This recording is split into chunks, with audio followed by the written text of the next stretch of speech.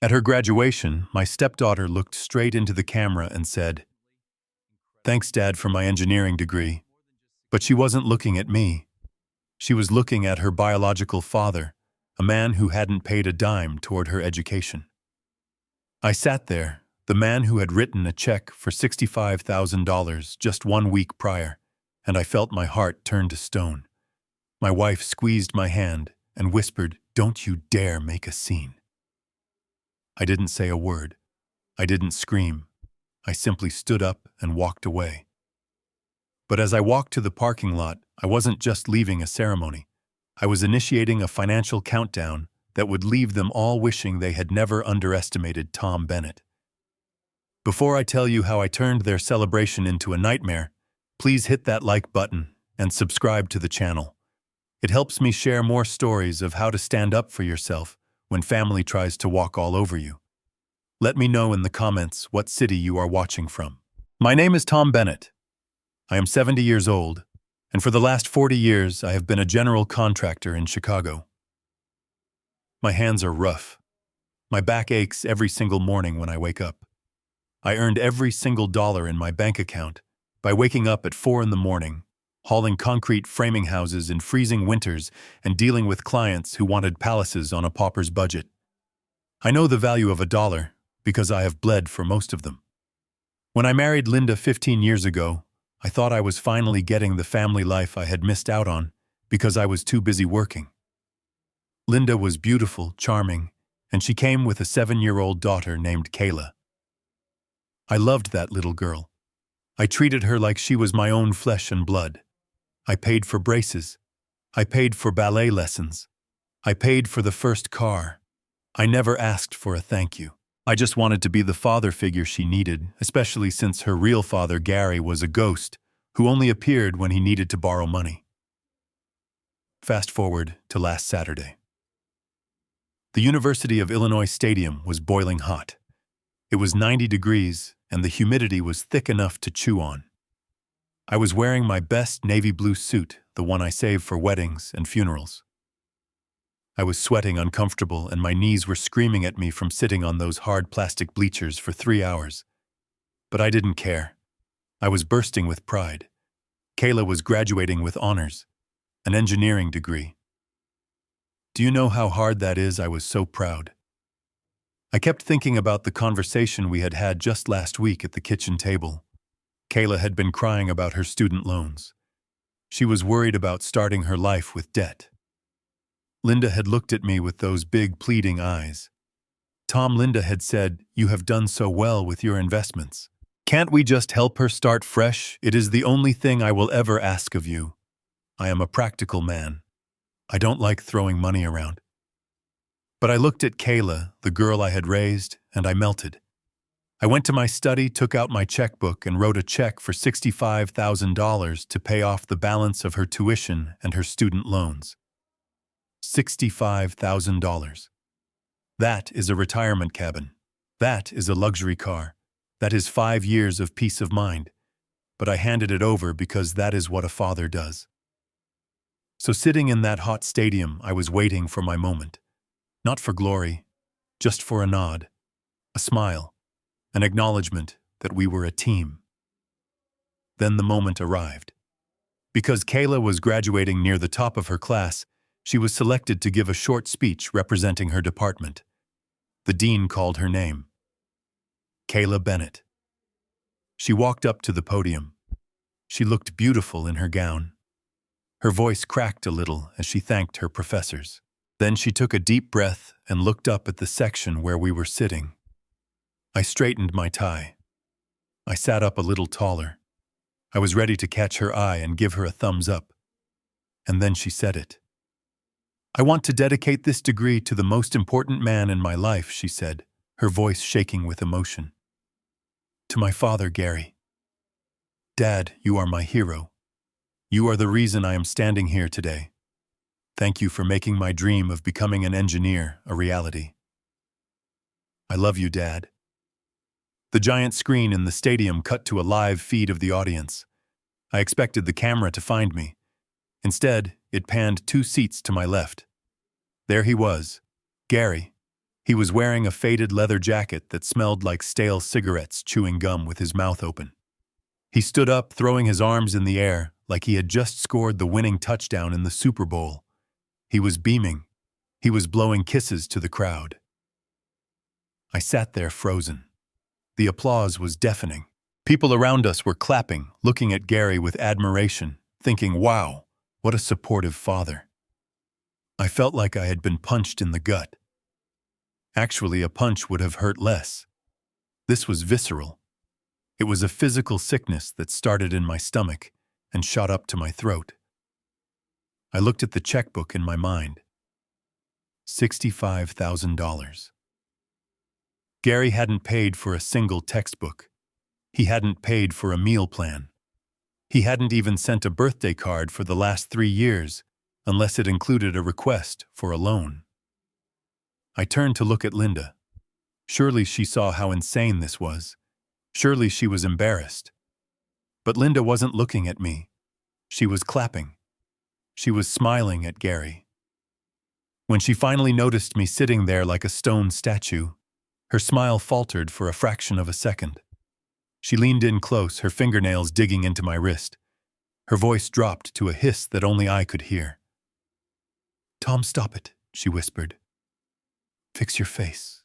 "Stop what?" I asked, my voice barely audible. "Stop looking like that," she hissed. "Gary has had a hard life. He just got out of rehab again. He needs this win. Kayla is just trying to boost his confidence. You are the adult here. You have everything. Let him have this moment. Don't be selfish." Selfish. The word echoed in my head. I had just paid $65,000 so another man could take a bow. And I was the selfish one. I looked at Gary again. He was high-fiving the stranger behind him. He looked at me, and for a second our eyes met. He didn't look ashamed. He winked. He actually winked at me. It was a look of pure, unadulterated triumph. He knew. He knew I paid. And he knew he was getting the credit. He was laughing at me. They all were. In their eyes, I wasn't a father. I wasn't a husband. I was an ATM machine with a pulse. I was the old workhorse they could ride until it collapsed, and then they would step over my body to hug the guy in the leather jacket. Something inside me snapped. It wasn't a loud snap. It was quiet. It was the sound of a steel cable finally giving way under too much tension. I didn't argue with Linda. I didn't shout at Kayla from the stands. I didn't punch Gary in his smug face, although God knows I wanted to. I simply stood up. "Where are you going?" Linda asked, panic finally entering her eyes. "The ceremony isn't over. We have the family photo shoot right after this." I looked down at her. For the first time in 15 years, I saw her clearly. I didn't see the woman I loved. I saw a stranger who had been picking my pockets while telling me she loved me. "I need some air," I said calmly. "Tom, sit down," she commanded. "You are embarrassing us." I pulled my arm out of her grip. I turned my back on the stage. I turned my back on Kayla, who was still basking in the applause. I turned my back on the lie I had been living for a decade and a half. I walked down the concrete steps. The sound of the applause for Gary faded behind me, but the rage in my chest was just catching fire. As I walked through the tunnel and out into the blinding sunlight of the parking lot, I loosened my tie. I took a deep breath of the humid air. I reached into my pocket and pulled out my phone. I wasn't going to get mad. I was going to get even. I walked toward the VIP parking section. There, gleaming in the sun, with a giant red bow on the hood, was a brand new white Audi Q5. It had cost me $50,000. It was supposed to be the surprise graduation gift for Kayla. The keys were in my pocket. I stopped in front of the car. I looked at that red bow. It looked like a joke now. I dialed the number of the dealership. It rang twice. "Hello, this is Mark from Chicago Luxury Imports. How can I help you?" "Mark, this is Tom Bennett," I said. My voice was steady. Deadly steady. Hey, Mr. Bennett, is your daughter surprised? Does she love the car? Come pick it up, I said. Excuse me. Come pick it up. Right now. I am at the stadium parking lot. Bring the flatbed. Mr. Bennett, you already signed the papers. There is a restocking fee, and you will lose your deposit. We are talking about thousands of dollars here. I don't care, I said, staring at the car. Come take it back. Or I leave the keys in the ignition and walk away. There was a silence on the other end. I'll be there in 20 minutes, Mark said. I hung up. I leaned against the warm metal of the car that my stepdaughter would never drive. I checked my watch. The ceremony would be over in 30 minutes. They would come out here expecting a party. They would come out here expecting a ride in a luxury car to a fancy dinner that I was paying for. They were going to find an empty parking spot. But that was just the beginning. As I stood there waiting for the tow truck, my mind drifted to the safe in my home office, to the joint bank accounts, to the life insurance policies. Linda wanted Gary to be the father fine. Today, I would give Gary the chance to be the provider. I wasn't just canceling a car. I was about to cancel their entire lifestyle. And the best part, they had absolutely no idea what was coming. I leaned against the Audi, staring at the dealership number on my phone screen. It felt heavy in my hand, heavier than a brick. The sun beat down on the windshield, illuminating the pristine cream leather interior that Kayla would never sit in. I remember picking that color specifically because she had mentioned once months ago how elegant it looked. I had remembered. I always remembered. But as I stood there watching happy families walk by with balloons and flowers, I realized my memory was the only thing holding this family together. And I was done being the only one carrying the weight. I didn't just dial the number. I pressed the call button like I was detonating a bomb. Mark answered on the second ring, his voice chirpy and oblivious. Hey, Mr. Bennett. I bet she is screaming with joy right now. Did you get a video? No video, Mark, I said, my voice flat and cold. I need you to come pick up the car. There was a pause, a long, confused silence. I'm sorry, did something break? We can send a technician out immediately. Nothing is broken except my patience, I told him. I don't want the car. I want you to send a flatbed to the stadium parking lot. Roa spot 4. Come get it now. Mr. Bennett, listen. Mark stammered, his sales commission probably flashing before his eyes. You signed the final papers yesterday. The title is already being processed. If you return it now, it is considered a trade-in of a used vehicle. You will lose the down payment, the taxes, the fees. You are looking at a $10,000 loss instantly. Just sleep on it.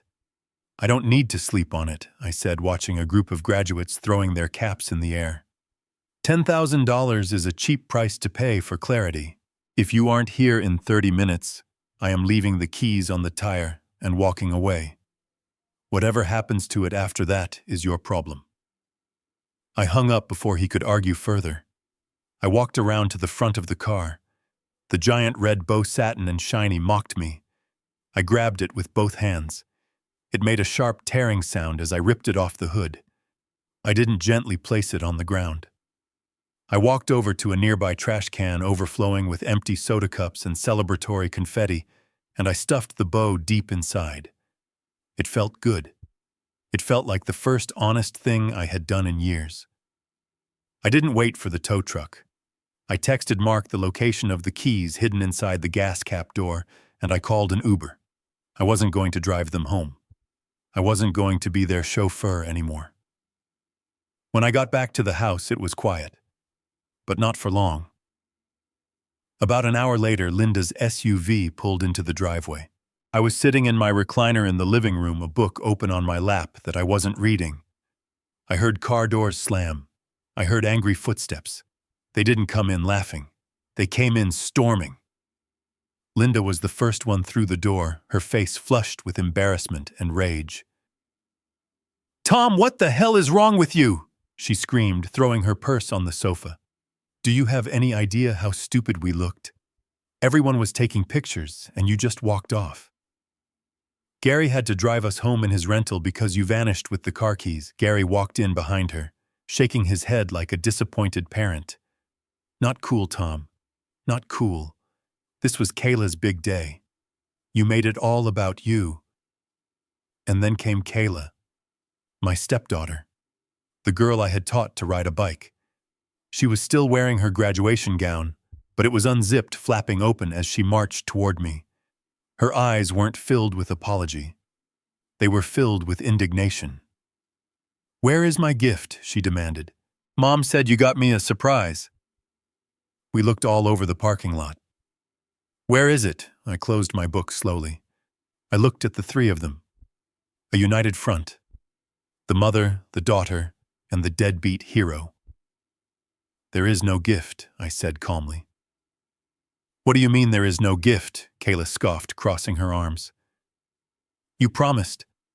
You said if I got honors, you would get me something special. I did get you something," I said. "I got you a debt-free education, $65,000. That was the gift. And you gave the receipt to Gary."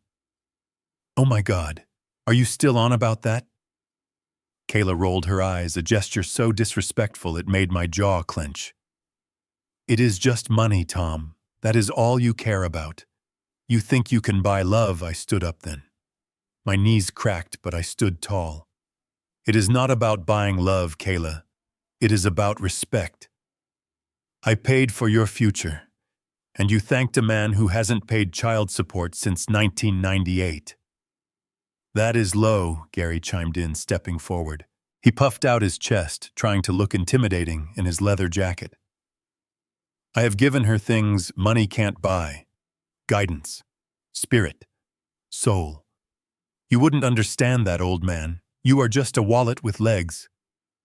Linda nodded in agreement, placing a hand on Gary's arm to calm him, though it looked more like she was siding with him. "Tom, you are being impossible. Gary has been through a lot. He is rebuilding his life. He needed this validation. You are strong. You don't need a thank you to know you are good. Why are you being so petty?" I looked at my wife, the woman I had protected, provided for, and cherished. She was looking at me with pure contempt. Kayla let out a cruel laugh. "You know what? This is exactly why I thanked Dad," she said, gesturing to Gary. "Because he understands me. He is there for me emotionally. Your money is just an obligation. You married Mom, you took on the responsibility. That is what stepdads do, you pay. It is the bare minimum. But Dad, his love is priceless." The room went silent. The bare minimum. I had worked 60-hour weeks, missed vacations, driven a 10-year-old truck so she could drive a new sedan in high school, and it was the bare minimum. I looked at Gary again. He was smirking, basking in his daughter's defense. He reached up to scratch his nose and his sleeve pulled back. That was when I saw it. The sunlight from the window hit his wrist. Gold. Heavy. Unmistakable. It was a Rolex Submariner. Gold dial. Blue bezel. My breath caught in my throat. That wasn't just any watch. That was my watch. I bought that watch 20 years ago when I landed my first commercial skyscraper contract. It had a small scratch on the clasp from where I had scraped it against a piece of rebar on a job site. I knew every inch of that watch. 2 months ago, it had vanished from my nightstand. I had torn the house apart looking for it. Linda had told me with tears in her eyes that we must have been robbed, or maybe the cleaning lady took it. She had convinced me not to file a police report because she didn't want the hassle. And there it was, on the wrist of the man who was mocking me in my own living room. I stared at the watch. Then I looked at Linda. She saw my gaze. She saw what I was looking at. Her face went pale. The righteous anger drained out of her, instantly replaced by a flicker of pure terror. She knew she had given it to him. "My watch," I said. My voice was barely a whisper, but in the quiet room it sounded like a gunshot. Gary quickly pulled his sleeve down, but it was too late. "Oh, this," he stammered, his confidence cracking. "Just a knockoff. Picked it up on Canal Street." "Take it off," I said. "Tom, stop it," Linda pleaded, stepping between us. "You are being paranoid. It is just a cheap copy. Don't ruin the party. Take it off." I didn't yell. I didn't have to. The tone of my voice made Gary take a step back. He looked at Linda, then at me. He nervously unclasped the watch and held it out. I didn't take it. I just looked at the clasp. There it was. The scratch. "You stole it," I said to Linda. "You didn't lose it. You gave it to him."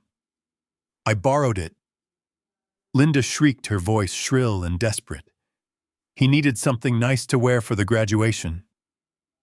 He is the father. He couldn't look like a bum. I was going to put it back." "You possessive old miser." Kayla looked from her mother to me, then to Gary. She didn't look shocked that they had stolen from me. She looked annoyed that I had caught them. "It is just a watch, Tom," she said. "God, you are so materialistic. Can we just eat?" "I am starving." That was the moment. That was the exact second the last thread of affection I held for these people snapped. It wasn't a loud noise. It was the sound of a door locking shut. They weren't family. They were parasites.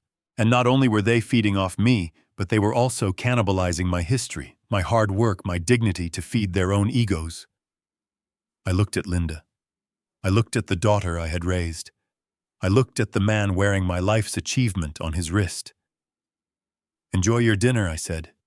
I turned around and walked toward my office. "Where are you going?" Linda called out, her voice trembling. "We ordered catering." "I have some work to do," I said without looking back. I walked into my office. I closed the heavy oak door. I turned the lock. Click. I walked over to my desk, sat down in my leather chair, and took a deep breath. My hands were shaking, not from fear, but from a cold, hard rage. I reached for the safe hidden behind the painting on the wall. I spun the dial. Empty. My cash reserve. The emergency gold coins. The deed to the lake house. Gone. I sat back. They thought they had won. They thought they had stripped me clean, and that I was too old, too weak, too in love with them to do anything about it. They were wrong. I picked up my phone. It was Friday night. The banks were closed. The law offices were closed. But I knew who to call. I dialed Rachel Cole's personal cell number. She answered on the first ring. "Tom, is everything okay?" "No, Rachel," I said. "It is not. I need you to open the file." "Which file?" she asked, though I could hear the concern in her voice. "The nuclear option," I said. "Protocol 0. There was a pause on the line. "Tom, are you sure? Once we start this, there is no going back. It will freeze everything. It will burn it all down." I looked at the empty safe. I looked at the closed door where I could hear them laughing in the kitchen, opening the champagne I had paid for. "Light the match," I said. And then I hung up. The night was just beginning, and so was the war. I stood there with my hand extended, waiting for the weight of my own history to be returned to me. Gary didn't rush. He took a slow sip of the champagne that I had paid for letting the bubbles settle before he even acknowledged my request. He looked at Linda, then at Kayla, sharing a private joke that I wasn't part of, before he slowly began to unclasp the gold band from his wrist. The metal clicked, a sound that seemed to echo in the sudden silence of the living room. He dropped the watch into my palm. He didn't hand it to me with respect. He let it fall as if it were a piece of scrap metal he was tired of holding. It felt heavy and warm from his skin, a sensation that made my stomach turn. I rubbed my thumb over the scratch on the clasp, the one I had made 20 years ago, while building the foundation of the frantic tower in downtown Chicago. That scratch was a memory of hard work. On his wrist, it was just a stolen ornament. "Relax," Tom Gary said, wiping his mouth with the back of his hand. "Linda just let me wear it for luck. She said you wouldn't mind. You are sitting on a mountain of cash. Why are you so stingy with the family?" "It is not like I was going to pawn it. I just wanted to look the part for my little girl." He clapped a hand on Kayla's shoulder, squeezing it affectionately. She leaned into him, beaming. For a second, the image was perfect. The proud father, the successful daughter. And I was the intruder. The technician who had set up the lighting and paid for the set, but who was now ruining the shot by standing in the frame. I looked at Linda. She refused to meet my eyes. She was busy rearranging the flowers on the coffee table, her nervous hands betraying the composure she was trying to maintain. "It is not about the money, Gary," I said, my voice low. "It is about permission. And it is about respect." Gary laughed a sharp, barking sound. "Respect? Come on, old man. We are all family here. You, me, Linda. We are a modern family. You provide the house, I provide the heart. That is the division of labor, right?" He winked at me again. That wink. It was the most honest thing he had ever done. It told me everything I needed to know. He didn't see me as a rival. He saw me as a resource. To him, I was no different than the electricity running through the walls or the water in the pipes. Essential, sure, but you don't thank the faucet for the water. You just turn it on. I didn't respond. I realized in that moment that arguing was useless. You cannot shame someone who has no conscience. They weren't just ungrateful. They were thieves. And not the kind who break in at night with masks. They were the worst kind of thieves. The ones who smile at you while they empty your pockets. The ones who steal your life, one borrowed item at a time. "Let's just eat," Linda said brightly, her voice cracking slightly. "The catering is getting cold. Come on, everyone, let's not ruin the night." We moved to the dining room. I sat at the head of the table, my usual spot. But the power dynamic had shifted. Gary sat to my right, Linda to my left, and Kayla opposite me. They passed the platters of roasted chicken and truffle mashed potatoes, my favorite meal that I had requested for the celebration, but they didn't offer me any. They served themselves first. Gary poured himself another glass of the vintage Cabernet I had been saving for my retirement. He swirled it in the glass, sniffing it like a connoisseur, though I knew for a fact his usual drink was cheap beer in a can. "This is the life, huh?" Gary said, raising his glass to Kayla. "To the engineer, may you make as much money as your stepdad so you can take care of your old man in style." To Dad, Kayla chirped, clinking her glass against his. I sat there, cutting my meat in silence. I was a ghost in my own house. They talked about people I didn't know. They laughed at stories from a past I wasn't part of. Gary told a story about teaching Kayla to ride a bike.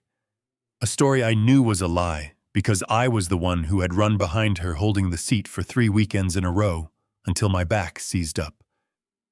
But Kayla nodded along, rewriting her own history to fit the narrative where Gary was the hero. I looked around the room. The mahogany wainscoting I had installed myself.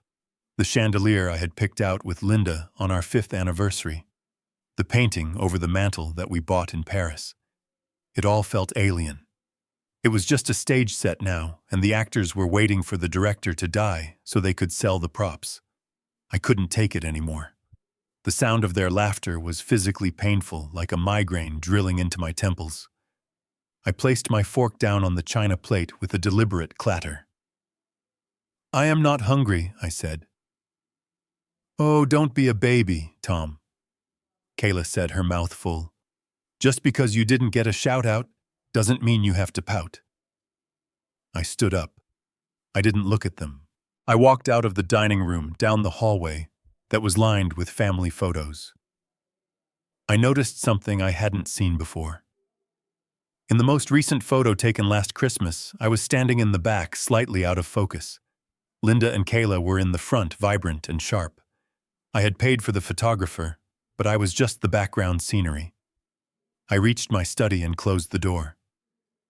The silence of the room washed over me, but it brought no peace. It only brought clarity.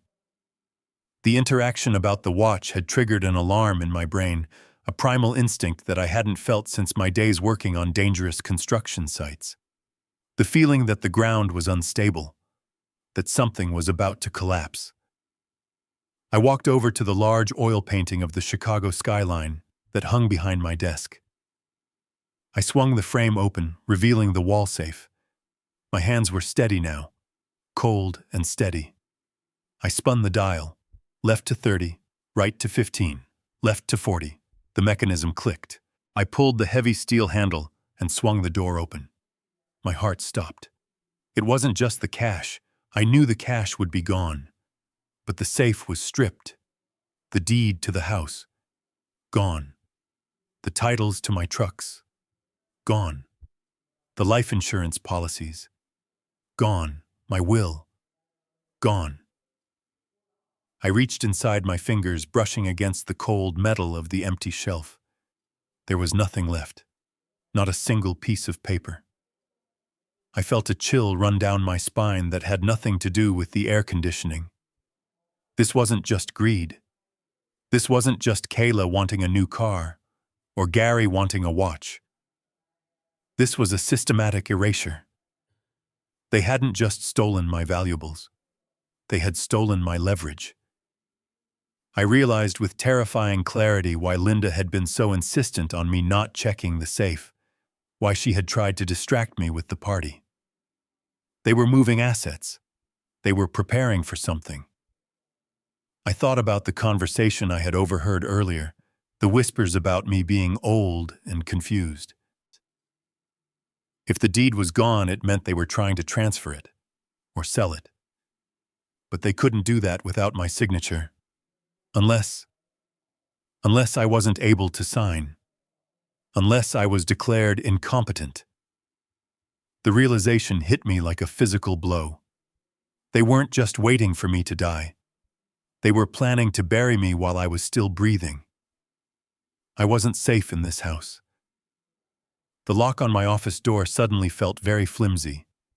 I was trapped in a home with 3 people who viewed my existence as the only obstacle between them and a fortune. I closed the safe gently.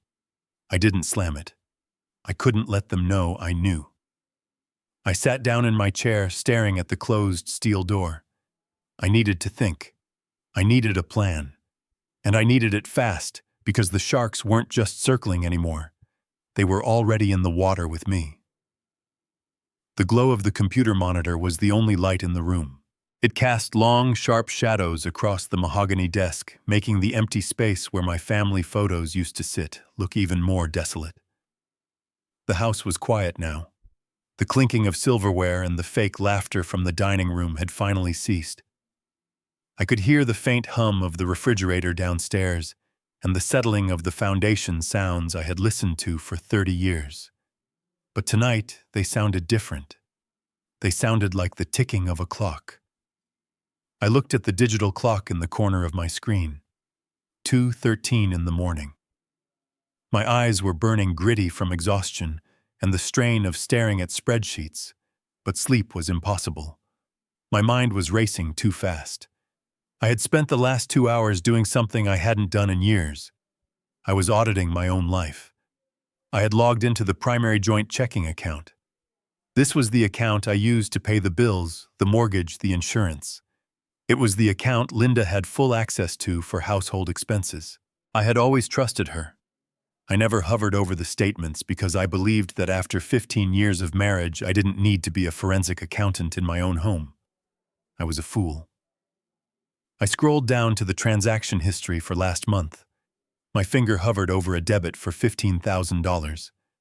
The description simply read, "Home maintenance." I remembered that week. Linda had told me the roof was leaking in the guest bedroom. She said she had called a specialist, someone high-end, who could match the vintage slate tiles. I had been busy with a commercial project downtown, so I told her to handle it. I trusted her judgment.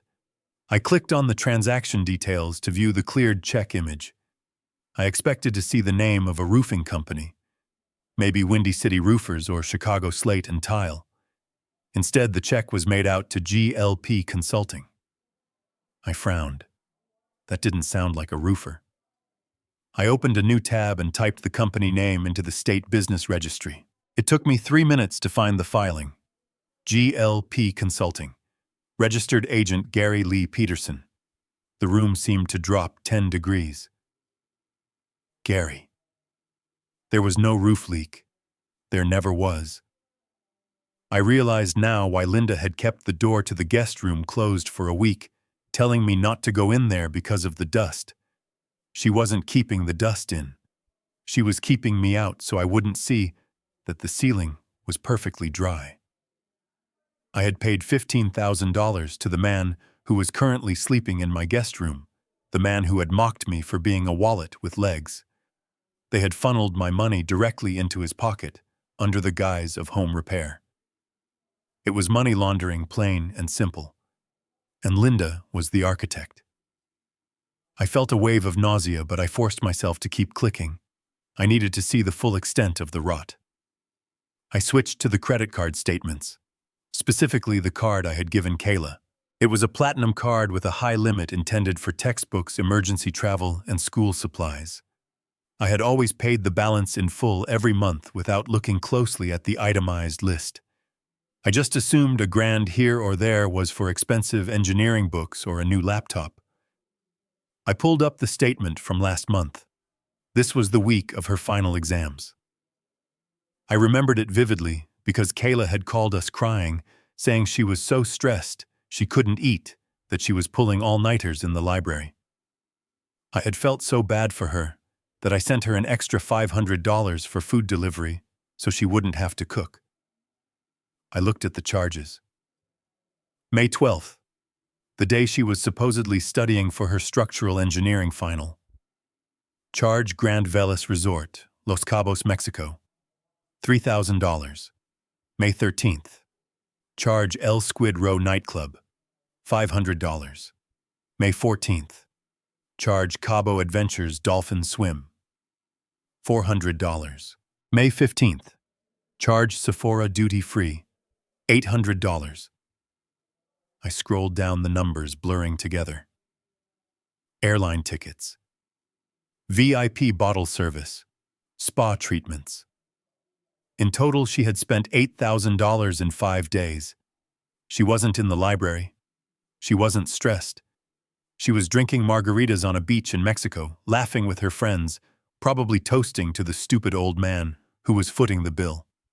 And then she had come home, looked me in the eye, and accepted a $65,000 check to pay off loans she probably didn't even have, or worse, loans she had taken out to fund a lifestyle I knew nothing about. I leaned back in my chair, the leather creaking loudly in the silence. I felt stripped bare. It wasn't just the money. I could make more money. It was the betrayal.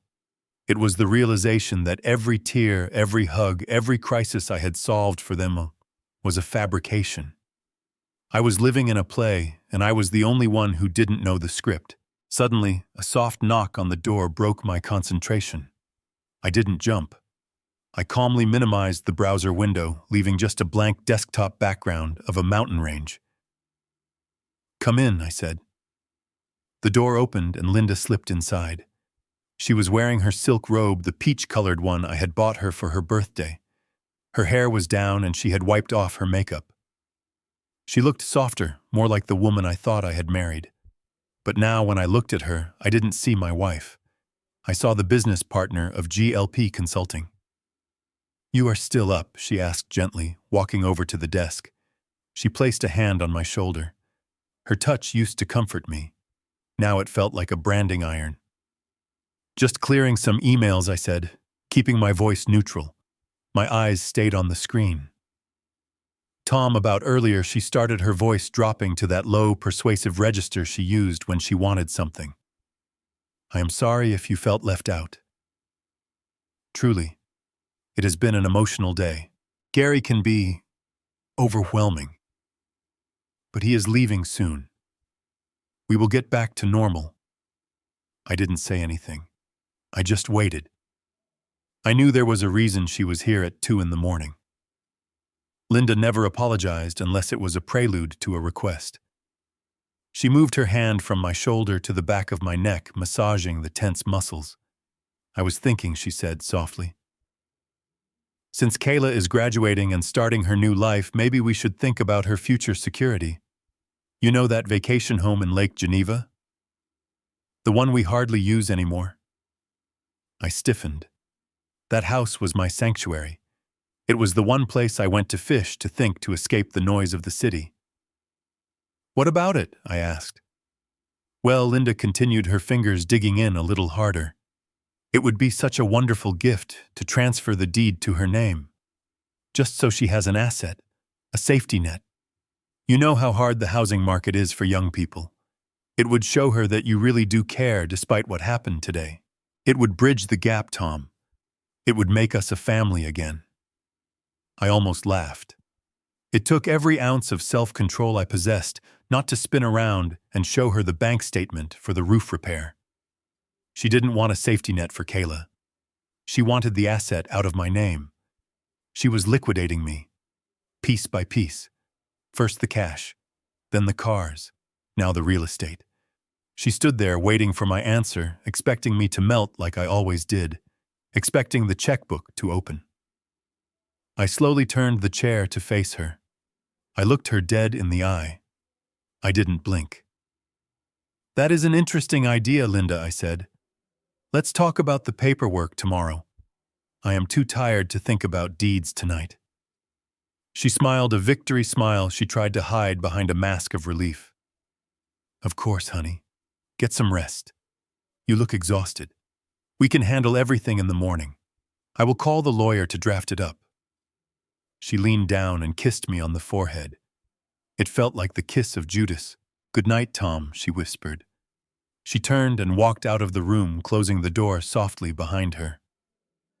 I sat there for a full minute, listening to her footsteps fade down the hallway. She was probably going back to the bedroom to text Gary that the lake house was in the bag.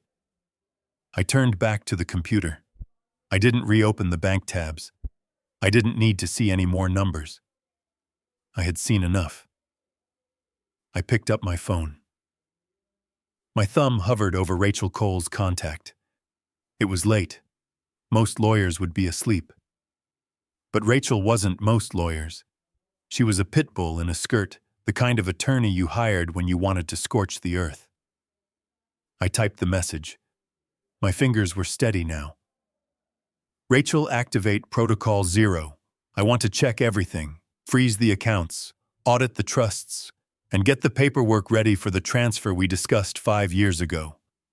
It is time." I hit send.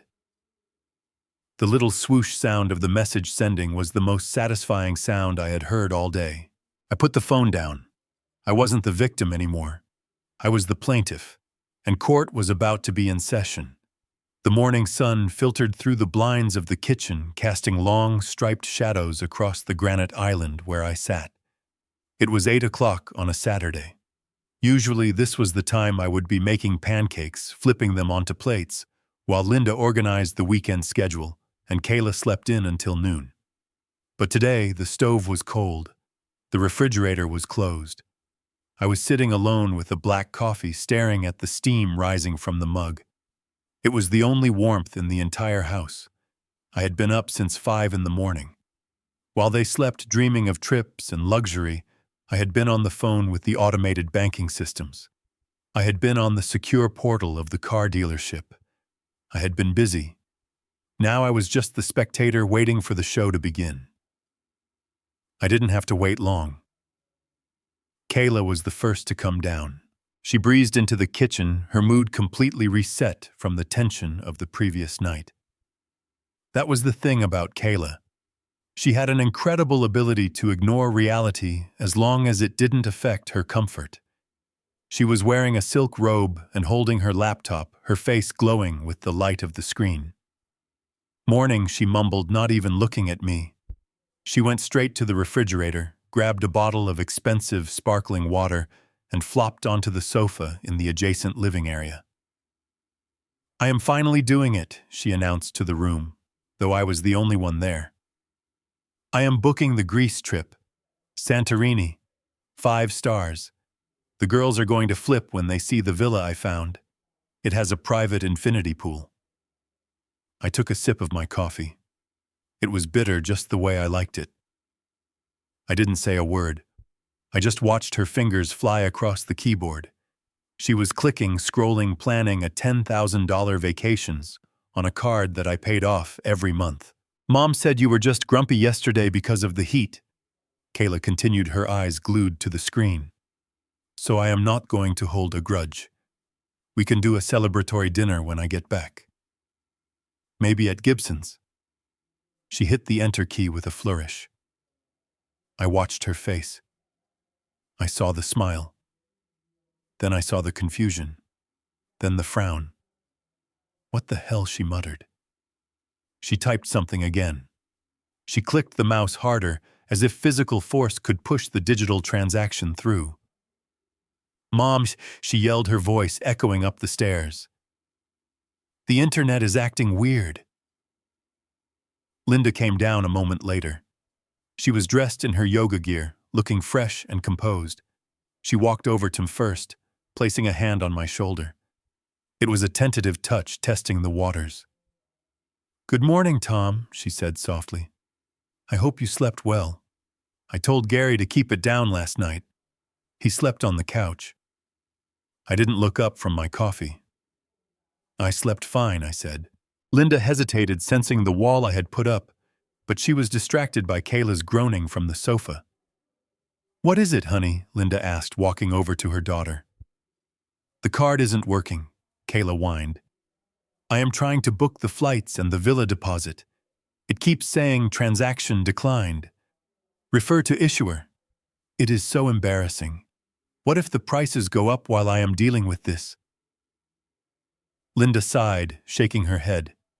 "It is probably just a fraud alert. You are spending a lot at once in a foreign country. Here, put it on speaker and call the number on the back. You just need to verify it is you." I watched them. The blind leading the blind. Kayla dialed the number, tapping her foot impatiently. The automated voice filled the room, loud and tinny. "Welcome to Platinum Services. Please enter your card number." Kayla punched in the digits. "We are sorry," the mechanical voice said. "This account has been closed by the primary account holder. If you believe this is an error, please contact the administrator." The room went dead silent. Kayla looked at the phone. Then she looked at Linda. Then slowly both of them turned their heads to look at me. "Closed," Kayla whispered. "Tom, did you forget to pay the bill?" Before I could answer, the door to the garage swung open with a bang. Gary stormed in. He was wearing one of my polo shirts. It was tight around his waist, stretching the fabric. He was holding the key fob to my Ford Raptor, the truck I used for site visits, the truck I loved more than most people. "Hey Tom," Gary barked, frustration written all over his face. "Your key is broken. I have been pressing the unlock button for 5 minutes. I need to run to the store to get some cigarettes and bagels. The damn thing won't open." He tossed the keys onto the granite island. They slid across the surface and stopped right next to my coffee mug. I looked at the keys. Then I looked at Gary. Then I looked at Linda and Kayla, who were staring at me with a mixture of confusion and dawning horror. "The key isn't broken, Gary," I said calmly. "And I didn't forget the bill, Kayla." I stood up. I picked up my mug and walked over to the sink to rinse it out. My back was to them, but I could feel their eyes boring into my spine. "I changed the security code on the truck this morning via the app," I said, over the sound of running water. "And I closed the credit card account at 6 a.m. I turned off the faucet and turned around to face them. I leaned back against the counter, crossing my arms. The explosion was immediate.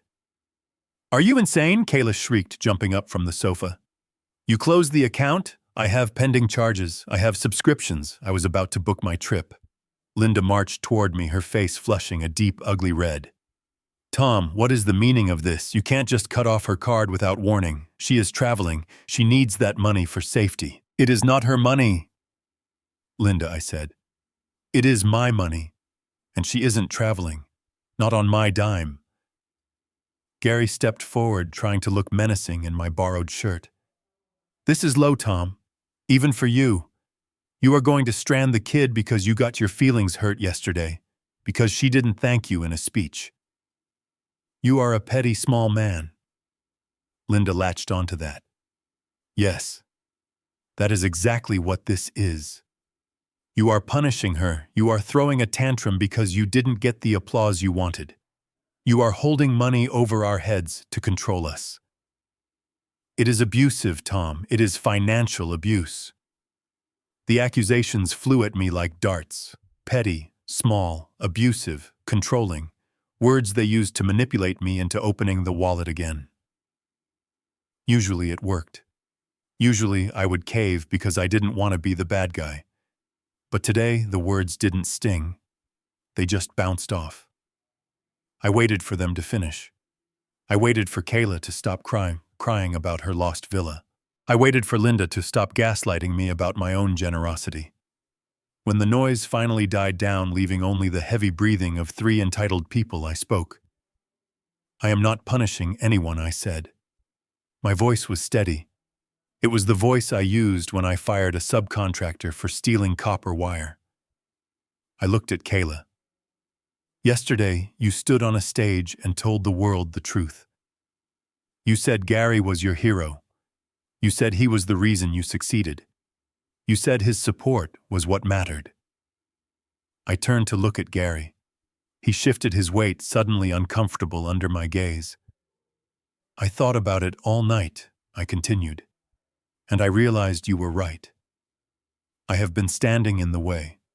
I have been using my money to overshadow your real father. And I don't want to do that anymore. I took a step closer to Gary. So I am stepping back.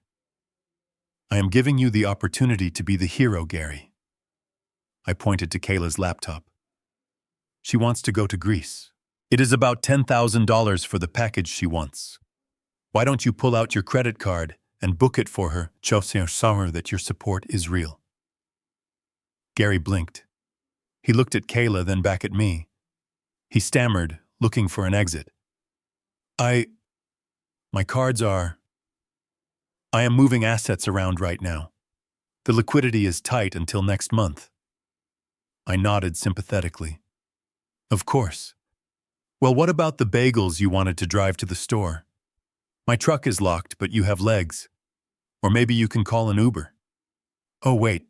You probably need a card for that too. I turned back to Linda. You called me petty. Maybe I am. Or maybe I am just tired of paying for the audience to clap for someone else. I walked past them. I walked past Gary, who smelled like my expensive cologne. I walked past Kayla, who was staring at her blank screen in disbelief. Where are you going? Linda demanded, her voice rising in panic. We need to fix this. You can't just leave us like this. I stopped at the doorway. I am going to work, I said. I have to earn money. Someone has to pay the mortgage on this house. At least for today. I looked at Gary one last time. The floor is yours, hero. Provide. I walked out the door and didn't look back. I heard Linda screaming my name, but it sounded distant, like a radio playing in another room. I got into my sedan, the one they never wanted to drive because it wasn't flashy enough, and I backed out of the driveway. For the first time in years, the air tasted sweet. But as I drove away, I knew this was just the opening skirmish. Cutting the credit cards was easy. The real war was about the house, the business, and the future. And I knew that by tonight, they would stop begging and start fighting dirty. I was counting on it. I drove aimlessly for hours that morning, my mind replaying the scene in the kitchen over and over. I stopped at a small diner on the outskirts of the city, ordered a black coffee, and watched the world go by. I wasn't going to work. I had lied about that. I needed space to breathe, to let the rage settle into a cold, hard resolve. When I finally turned my car back towards home in the late afternoon, the sun was already dipping low, casting long shadows that seemed to stretch out like fingers trying to pull me back into the darkness. When I walked through the front door, the house was eerily quiet. No music, no TV, just a heavy, suffocating silence. I found them in the living room. It was a tableau of staged misery. Linda was curled up on the sofa, clutching a tissue, her eyes red and puffy. Kayla was sitting on the floor by her feet, looking like a tragic heroine. Gary was pacing back and forth, but he stopped the moment I entered. Linda whispered, her voice trembling. "You are back." I didn't answer. I just walked over to the armchair and sat down. I felt tired, bone tired. Not from physical work, but from the emotional weight of living with strangers who wore the faces of family. "We have been so worried about you," Linda continued, sitting up and wiping her eyes. "You just snapped this morning. It wasn't like you. It scared us." I looked at her. The anger from the morning was gone, replaced by a soft, concerned expression that I had seen 1,000 times before. It was the face she made when I had the flu, or when I was stressed about a deadline. It was the face of a loving wife. And it was terrifying because I now knew it was a mask. "I didn't snap, Linda," I said quietly. "I just set boundaries." Linda shook her head slowly, a look of pity crossing her face. "That is what I mean, Tom. You think you are setting boundaries, but you are acting erratic. You have been forgetting things lately, losing your temper over small things. And now this. Cutting off the cards, locking the truck, it is like you are paranoid." She stood up and walked over to me, kneeling by my chair. She took my hand in hers. Her skin was warm. "Tom, honey, look at me. Are you feeling okay?" "Really?" I pulled my hand away. "I am fine. My memory is fine." "Is it?" Gary chimed in. He stopped pacing and leaned against the fireplace, crossing his arms. His voice was smooth, patronizing. "Because yesterday you promised me $5,000 to help with my new business venture. We shook hands on it. And this morning you acted like I was a thief for asking for a bagel." I stared at him. $5,000, I never promised him a dime. I never said that. I said, my voice rising slightly. Gary chuckled, a low, sad sound. "See? That is exactly what we are talking about." "You looked me in the eye, Tom. You said, 'Gary, I want to help you get back on your feet.' You were so lucid then. And now, blank." He looked at Linda and shook his head. "It is getting worse, Linda." Linda looked at me with tears welling up in her eyes again. "Tom, do you remember moving the deed to the safe? You told me last week you were going to take it to the bank for safekeeping. But today you acted like we stole it." I froze. The deed. I hadn't moved it. I knew I hadn't moved it. It was in the safe and then it was gone. Or was it? For a split second, a crack appeared in my certainty. Had I moved it, I had been so stressed lately. The graduation, the work projects, the sleepless nights. Was it possible? Could I have taken it out and forgotten? My heart started to race. This was their game. They were twisting reality. They were taking my own mind and turning it against me. Kayla spoke up from the floor, her voice small and scared. "And the car, Tom. You said you ordered the Audi for me, but the dealership said you called and canceled it weeks ago. Why would you lie to me like that?" I looked at her. "I canceled it this morning." I knew I did. I remembered the phone call. I remembered Mark's voice. "I canceled it today," I said, but my voice lacked the steel it had this morning. It sounded defensive, weak. Linda squeezed my knee. "Oh, Tom, no. Mark called us. He said the cancellation order was dated 3 weeks ago. You are rewriting history in your head." The room seemed to spin. 3 weeks ago, no. That wasn't possible. But looking at their faces, Linda's concern, Gary's pity, Kayla's hurt, I felt the ground shifting. They were so convinced, so united. 3 people against one old man. Maybe I am losing it, I thought. Maybe the stress finally broke something in my brain. I rubbed my temples trying to push away the fog. I closed my eyes. And then I heard it. A tiny, almost imperceptible sound. A snort. I opened my eyes. Gary was looking at Linda. He thought I was still rubbing my eyes, blinded by my own hands. He was smirking. A quick, nasty little grin that vanished as soon as he saw me looking. But I saw it. It wasn't pity. It was triumph. The fog cleared instantly. The doubt evaporated. They were lying. They were lying about everything. The $5,000. The deed. The car cancellation date. It was a coordinated attack to make me question my sanity. They wanted me to believe I was incompetent, so they could take control without a fight. Gaslighting. I had read about it, but I never thought I would be the target. I looked at Gary's smirk again in my mind. It was the same look he gave me at the graduation. The look of a predator playing with its food. If I fought them now, if I screamed that they were liars, they would just use it as more proof of my instability. See, he is aggressive. He is paranoid. He needs help. He needs a guardian. No. I couldn't fight fire with fire. I had to fight with smoke. I let my shoulders slump. I let my face go slack. I made my hands tremble slightly as I lowered them from my face. I don't remember canceling it 3 weeks ago, I stammered, making my voice sound frail. And the $5,000. Did I really say that? Linda's eyes widened. She sensed the weakness. She pounced. Yes, Tom, you did. You were in such a good mood. You wanted to help. I looked down at the floor, shaking my head slowly. I have been feeling confused lately. Sometimes I walk into a room and forget why I am there. And sometimes the numbers get mixed up in my head. Linda looked at Gary. I could practically hear them high-fiving in their minds. It is okay. Tom, Linda soothed, stroking my arm. It is just age.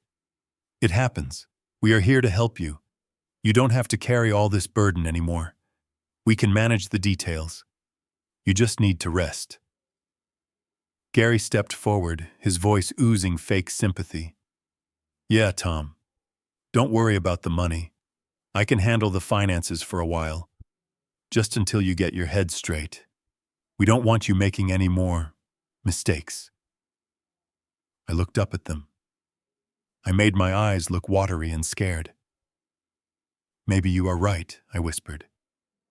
Maybe I am getting too old for all this. I feel so tired. Linda smiled. It was the smile of a hunter who just saw the trap snap shut. Why don't you go upstairs and lie down, she suggested. I will bring you some soup. We can call Dr. Evans in the morning. Just for a checkup. Dr. Evans, her friend. The one who would sign anything she put in front of him. That sounds good, I said. I stood up slowly, leaning heavily on the armrest like an invalid.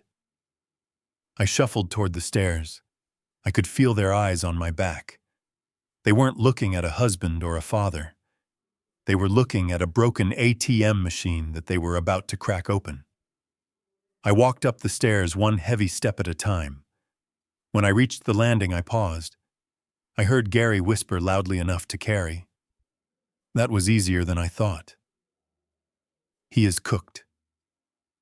Linda shushed him. Quiet. Let's get the papers ready.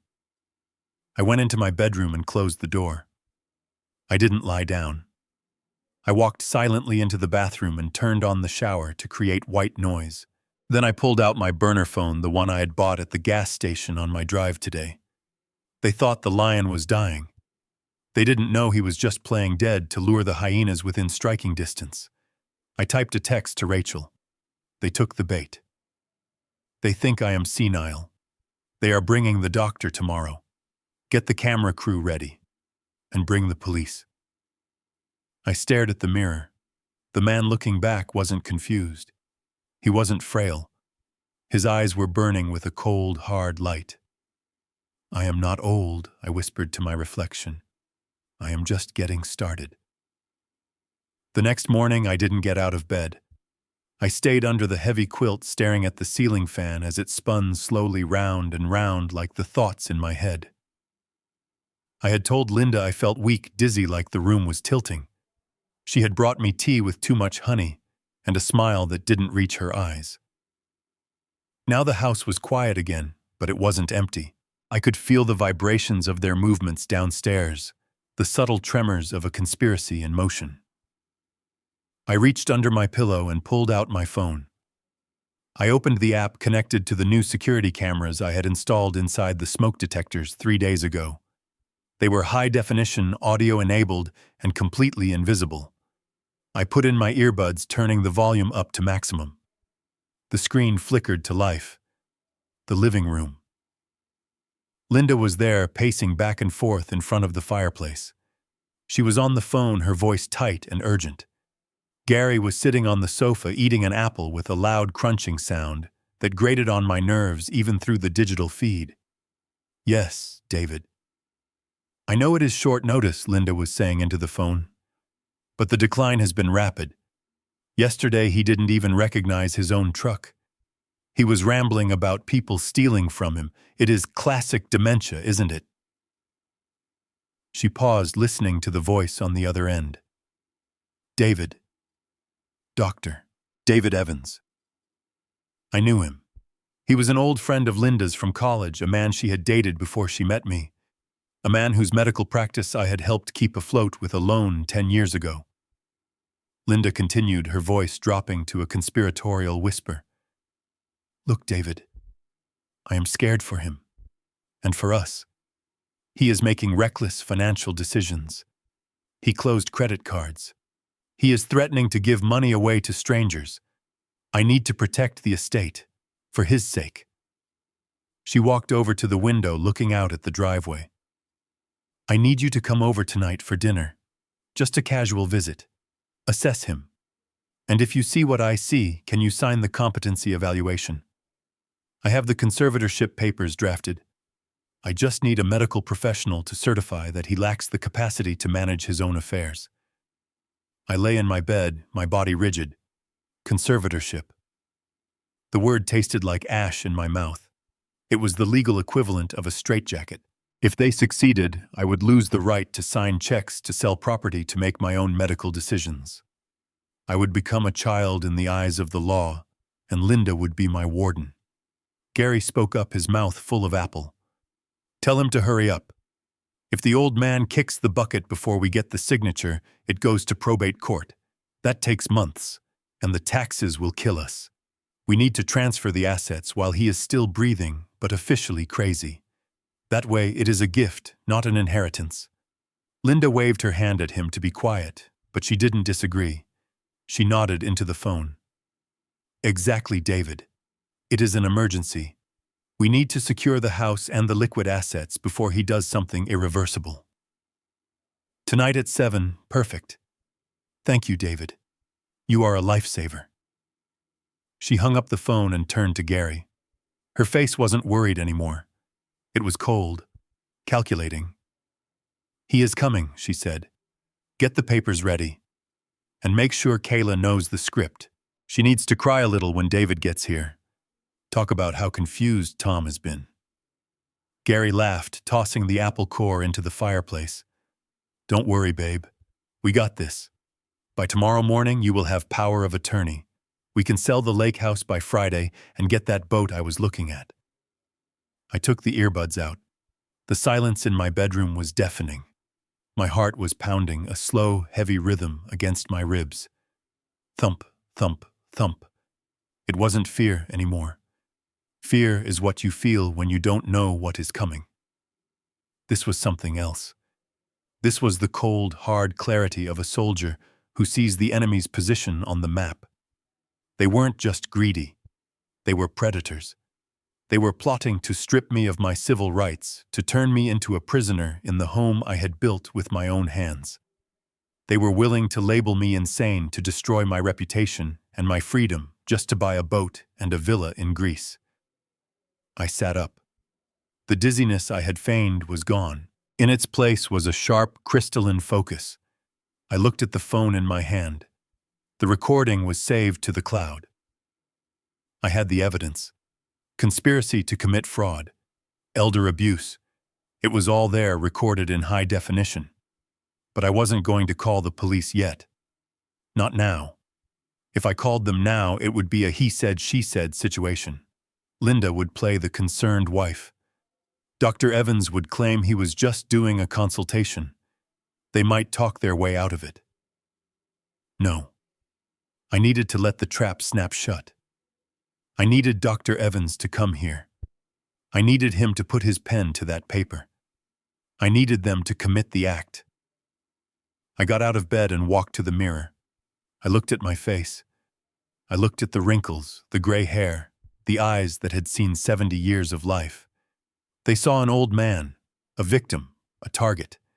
They were about to find out that this old man was the one holding the hunting rifle. I picked up my burner phone again. I texted Rachel. Change of plans. Don't just bring the police. Bring the district attorney. I have them on tape planning to defraud me. They are bringing a corrupt doctor tonight to sign a fake competency evaluation. I am going to let them do it. I want them caught in the act of signing. Be here at 7:30. I put the phone away. I walked over to the window and looked down at the driveway where Linda was now standing, inspecting her fingernails in the sunlight. She looked so peaceful, so innocent. Enjoy the sun, Linda, I whispered to the glass. Because where you are going, there aren't many windows. I went back to bed, pulled the covers up to my chin, and waited. I practiced my tremors. I practiced my vacant stare. Tonight, I would give the performance of a lifetime.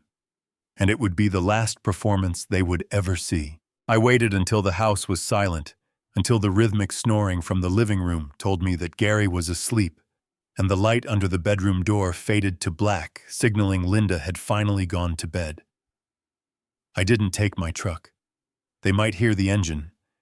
Instead, I slipped out the back door, cutting through the neighbor's yard to the main road, where I had an Uber waiting.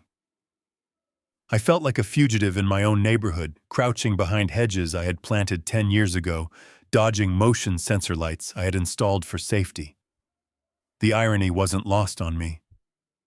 I met Rachel at Joe's all-night diner, a place on the south side where the coffee tasted like battery acid and the sticky vinyl booths smelled of decades of grease. It was the last place anyone would look for a wealthy contractor and a high-powered attorney.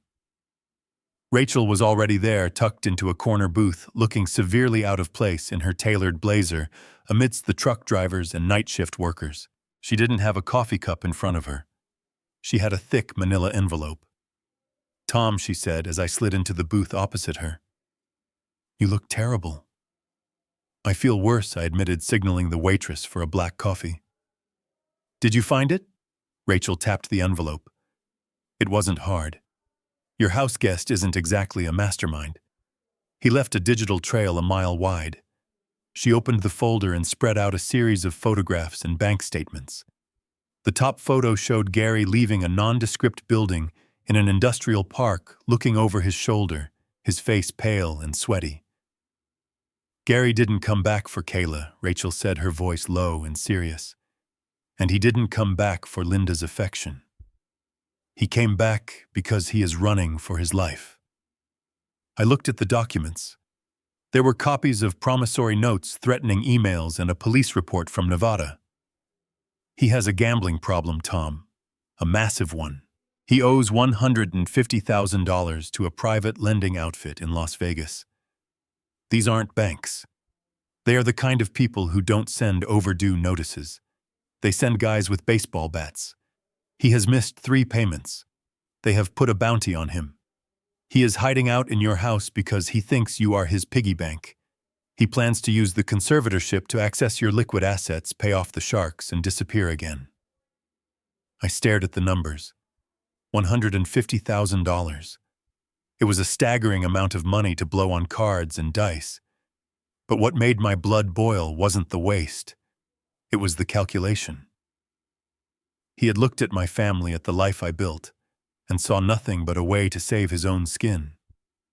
He was willing to burn my life to the ground just to put out the fire he started. So he is desperate, I said more to myself than to Rachel. That explains the rush. That explains why they are pushing Dr. Evans for the signature tonight. Rachel nodded. Exactly. He is terrified. If he doesn't come up with the money by the end of the week, he is a dead man walking. I took a sip of the terrible coffee, letting the bitterness wake up my senses. I looked at the photos of Gary again. I saw a man who was cornered, a rat in a trap. And suddenly, the idea came to me. It was crazy. It was dangerous. But it was also perfect. Rachel, I said, leaning across the table, who holds the debt? She looked at the paperwork. A shell company called Silver State Holdings, but we know it is run by a guy named Mickey Salvo. Why I want you to call them, right now. Rachel blinked, confused. Call them and say what? That we are turning Gary in, I said. I want you to make them an offer. I want to buy the debt. Rachel stared at me. The diner noise seemed to fade away. You want to... What I want to buy the note, I repeated, my voice steady. It is a distressed asset, isn't it? Gary isn't paying. They are probably spending money trying to find him. Offer them 50 cents on the dollar. Cash. Immediate wire transfer. I will give them $75,000 tonight. And they assign the full debt to me. Rachel sat back, her mouth slightly open. Tom, have you lost your mind? You want to pay $75,000 of your own money to pay off the debts of the man who is trying to steal your life? Why just let the sharks find him? Let them deal with him. No, I said, shaking my head. If the sharks find him, he gets beat up, maybe killed. Linda and Kayla will cry, and I will be the villain who didn't help. They will never know the truth. They will just see a martyr.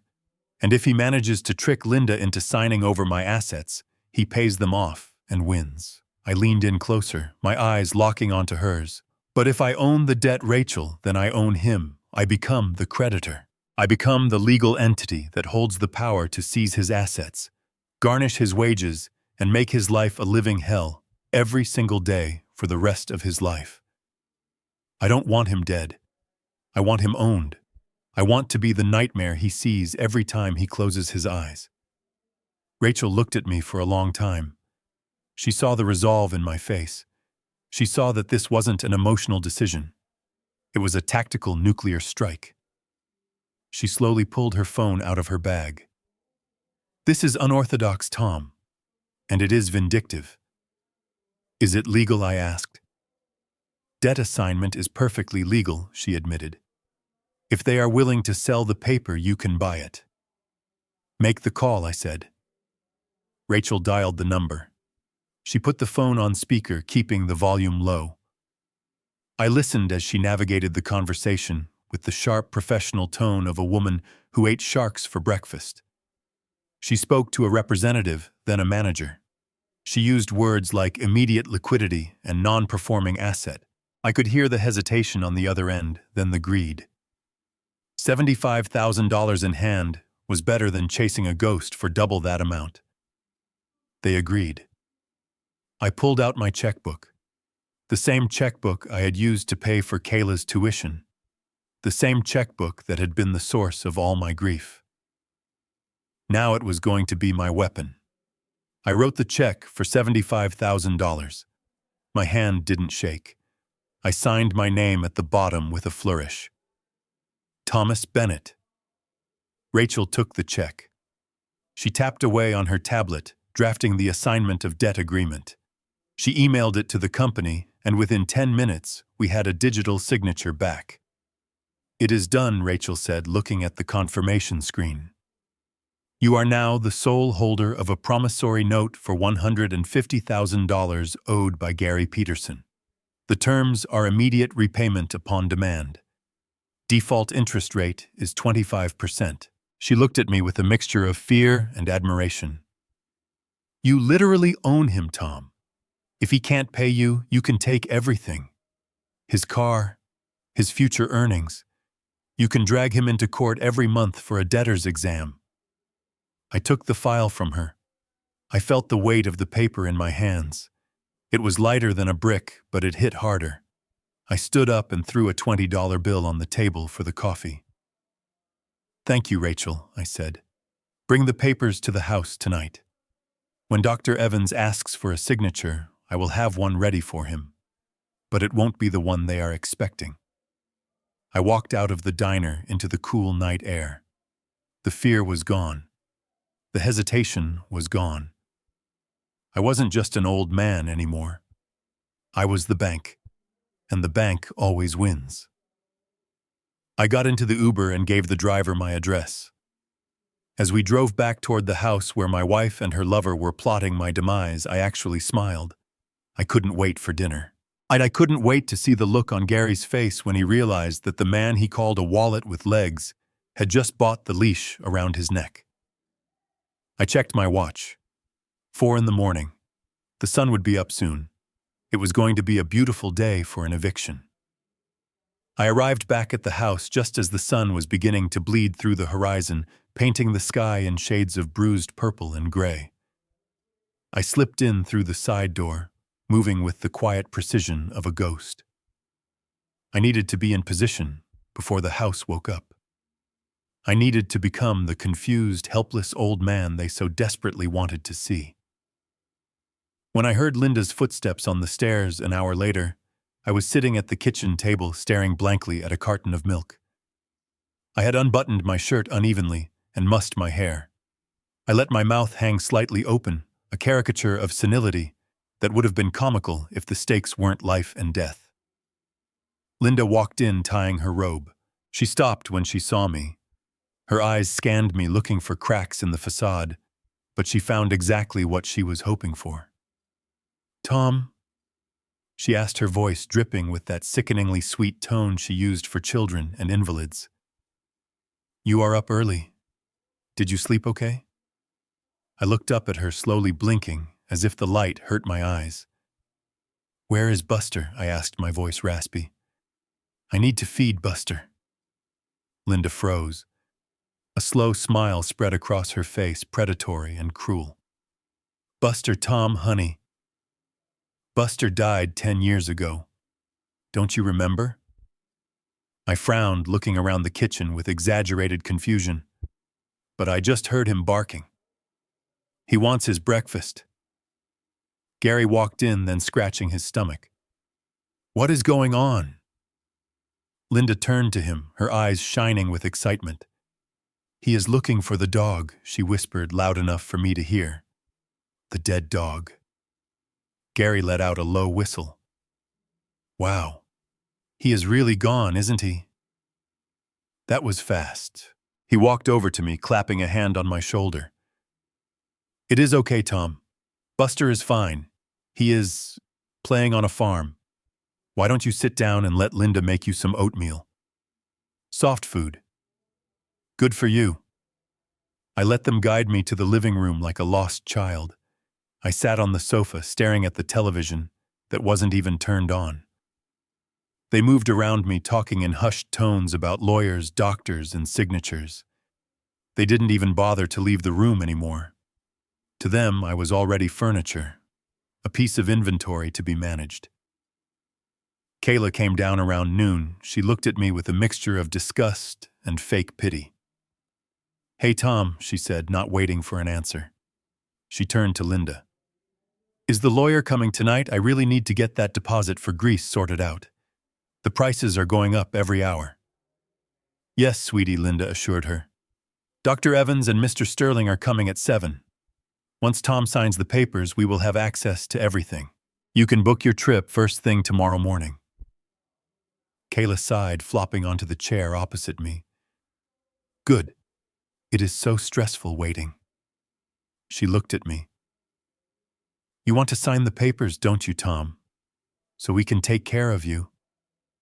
It is too hard for you to manage all that money now. You get confused. I looked at her. I saw the little girl I had carried on my shoulders at the zoo. I saw the teenager I had taught to drive. And now I saw a stranger who looked at my deterioration as a convenience. I just want to rest, I mumbled, looking down at my hands. Exactly, Kayla said, nodding. You just sign and you can rest forever. We will handle the bills. We will handle the house. You won't have to worry about a thing. Rest forever. The phrasing sent a chill down my spine. It sounded less like retirement and more like a eulogy. The day dragged on. I played my part perfectly. I asked Gary where my mother was. She had been dead for 30 years. I tried to use the TV remote to make a phone call. Every mistake I made was met with shared glances of triumph between the three of them. They were so confident, so arrogant. They thought the game was over. They thought they had already won. By 6 o'clock, the atmosphere in the house was electric. Linda was dressed in a sharp black dress, looking more like she was going to a board meeting than a family dinner. Gary had shaved and put on a suit. My suit, I noticed one of my old Armani ones that was a size too small for him. Kayla was wearing a modest dress, playing the role of the concerned daughter. They set the dining room table with the good china. They opened expensive wine. They were preparing for a coronation. I sat in the living room alone for a moment. I could hear them in the kitchen laughing. We are going to be rich, Gary was saying. Like really rich. The lake house alone is worth $2 million. And the portfolio, Linda added. Once we liquidate the stocks, we can move the cash to the offshore account. He won't even know it is gone. I reached into the inside pocket of my cardigan. My hand closed around the thick envelope I had hidden there earlier. Inside was the debt assignment I had bought from the loan sharks. Inside were the foreclosure documents for the house. Inside was the evidence of their fraud. I looked at the sofa cushion next to me, the one I always sat on. The one they would guide me to when the lawyer arrived. Quickly, silently, I lifted the cushion and slid the envelope underneath. It disappeared completely. I smoothed the fabric back down. I sat back, folding my hands in my lap. My heart was calm. My mind was clear. The doorbell rang. Showtime, Gary announced from the kitchen. Linda walked past me to answer the door. She paused for a second to pat my head. Be a good boy, Tom, she whispered. Just do what the doctor says, and you can go to sleep early. I looked up at her and gave her a weak, trembling smile. Okay, Linda, I said softly. I just want to help. She smiled back, a cold, victorious smile. I know you do, honey. I know. She opened the door. Dr. Evans and a man in a pinstripe suit walked in. The executioners had arrived. I took a deep breath. The trap was set. The bait was taken. Now all I had to do was wait for the snap. The dining room was dimly lit, the candles on the table flickering like nervous heartbeats. It was a scene straight out of a painting, elegant and refined, but the air was thick with tension. I sat at the head of the table, my shoulders slumped, my eyes vacant. To my right sat Dr. Evans, who was currently swirling his wine and talking loudly about his golf handicap. To my left was Mr. Sterling, Linda's lawyer, a man with a smile that looked like it had been surgically attached to his face. And then there were Linda, Gary, and Kayla sitting like vultures, waiting for the carcass to stop twitching. The conversation was forced and shallow. They talked around me, not to me. Tom looks a bit peaked tonight, doesn't he? Dr. Evans observed, slicing into his steak. He has been like this all day, Linda sighed, playing the part of the exhausted caregiver perfectly. Confused, disoriented. He spent an hour looking for a dog we haven't owned since the Bush administration. Gary chuckled, stuffing his mouth with potatoes. Yeah, And he called me son earlier. Poor guy doesn't even know who is in the room half the time. I sat there listening to them dissect my sanity while I stared at my plate. I hadn't touched my food. I was too busy calculating the timing. Rachel and the district attorney were parked down the street. The cameras were recording. Every word they said, every lie they spun was being captured in high fidelity. Linda stood up and walked over to the sideboard. She poured a glass of fresh orange juice. I watched her reflection in the mirror on the wall. I saw her reach into her pocket. I saw her hand hover over the glass for a split second. A pinch of white powder fell into the orange liquid. It dissolved instantly. She brought the glass over to her face, a mask of loving concern. "Here, Tom," she said, placing the glass in front of me. "Drink this. It will help with your energy. You need your vitamins." I looked at the juice. It looked innocent, but I knew what was in it. A sedative. Something to make me pliable. Something to make my hand steady enough to sign but my mind too foggy to object. I don't want it," I mumbled, pushing the glass away slightly. "Drink it, Tom," Linda urged, her voice hardening just a fraction. "It is good for you. Dr. Evans says you are dehydrated." Gary leaned forward. "Just drink the juice, old man. Don't make a scene." I looked around the table. 5 pairs of eyes were locked on me. They were holding their breath. This was the final step. Drug him, sign the papers, cash out. I reached for the glass with a trembling hand. I lifted it slowly. I could see the anticipation on their faces. Linda was practically vibrating with excitement. I brought the glass to my lips. Then I let my hand spasm. It was a violent, jerky movement. The glass flew out of my fingers. It didn't hit the floor. It hit Linda. The sticky orange liquid splashed all over her black designer dress, soaking into the fabric, dripping down her legs. The glass shattered on the hardwood floor with a loud crash. Linda screamed. It wasn't a scream of surprise. It was a scream of pure, unadulterated rage. "You stupid old fool!" she shrieked, jumping back and knocking her chair over. "Look what you did! This is Versace." The mask slipped. The loving wife was gone. In her place was the monster I had been living with. Gary slammed his fist on the table. "Damn it, Tom, can't you do anything right?" Kayla rolled her eyes. "Great. Now dinner is ruined. Can we just get him to sign the papers so we can leave?" Dr. Evans stood up, wiping his mouth with a napkin. He walked over to me, stepping over the broken glass and the spilled juice. He didn't check to see if I was okay. He didn't ask if I had cut myself.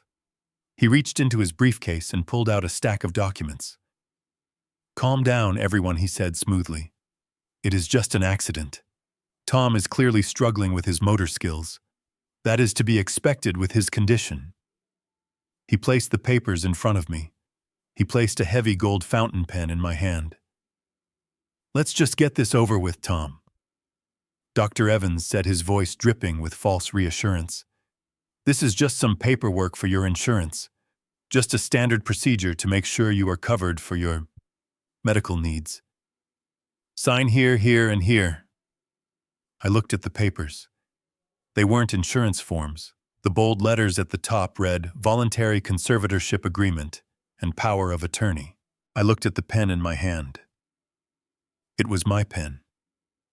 A gift from my father when I started my business 40 years ago. They were using my own legacy to sign away my future. I felt a hand on my shoulder. It was Mr. Sterling, the lawyer. "Just sign it, Mr. Bennett," he whispered. "It is for the best." I gripped the pen. My hand stopped shaking. I looked down at the paper. I lowered the nib to the signature line. The room was silent. I could hear Linda breathing heavily, trying to clean the juice off her dress.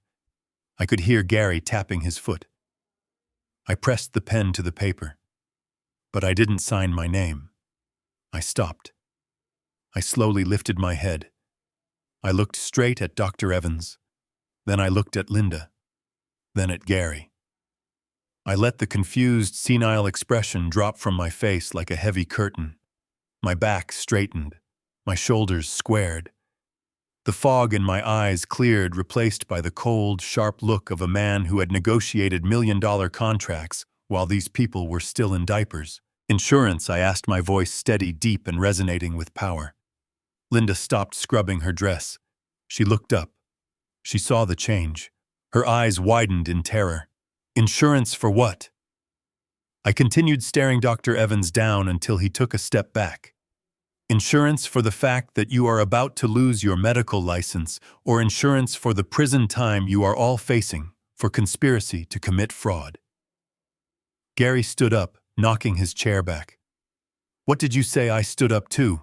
I didn't need the table for support. I towered over them. I said the party is over. I dropped the pen onto the table. It rolled across the document and fell to the floor, landing in the puddle of poisoned orange juice.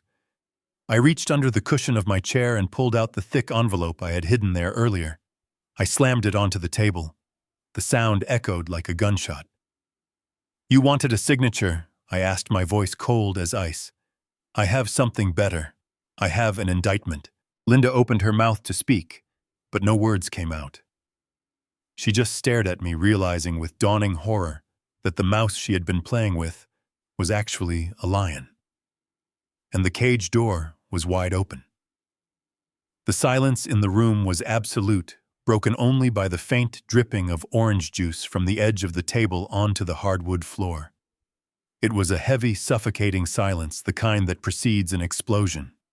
I stood there, towering over them, the thick envelope of documents lying on the table like a loaded weapon. Linda was frozen, her mouth slightly open, a piece of napkin clutched in her hand, as if she had forgotten she was holding it. Gary was halfway out of his chair, his face a mixture of confusion and dawning aggression.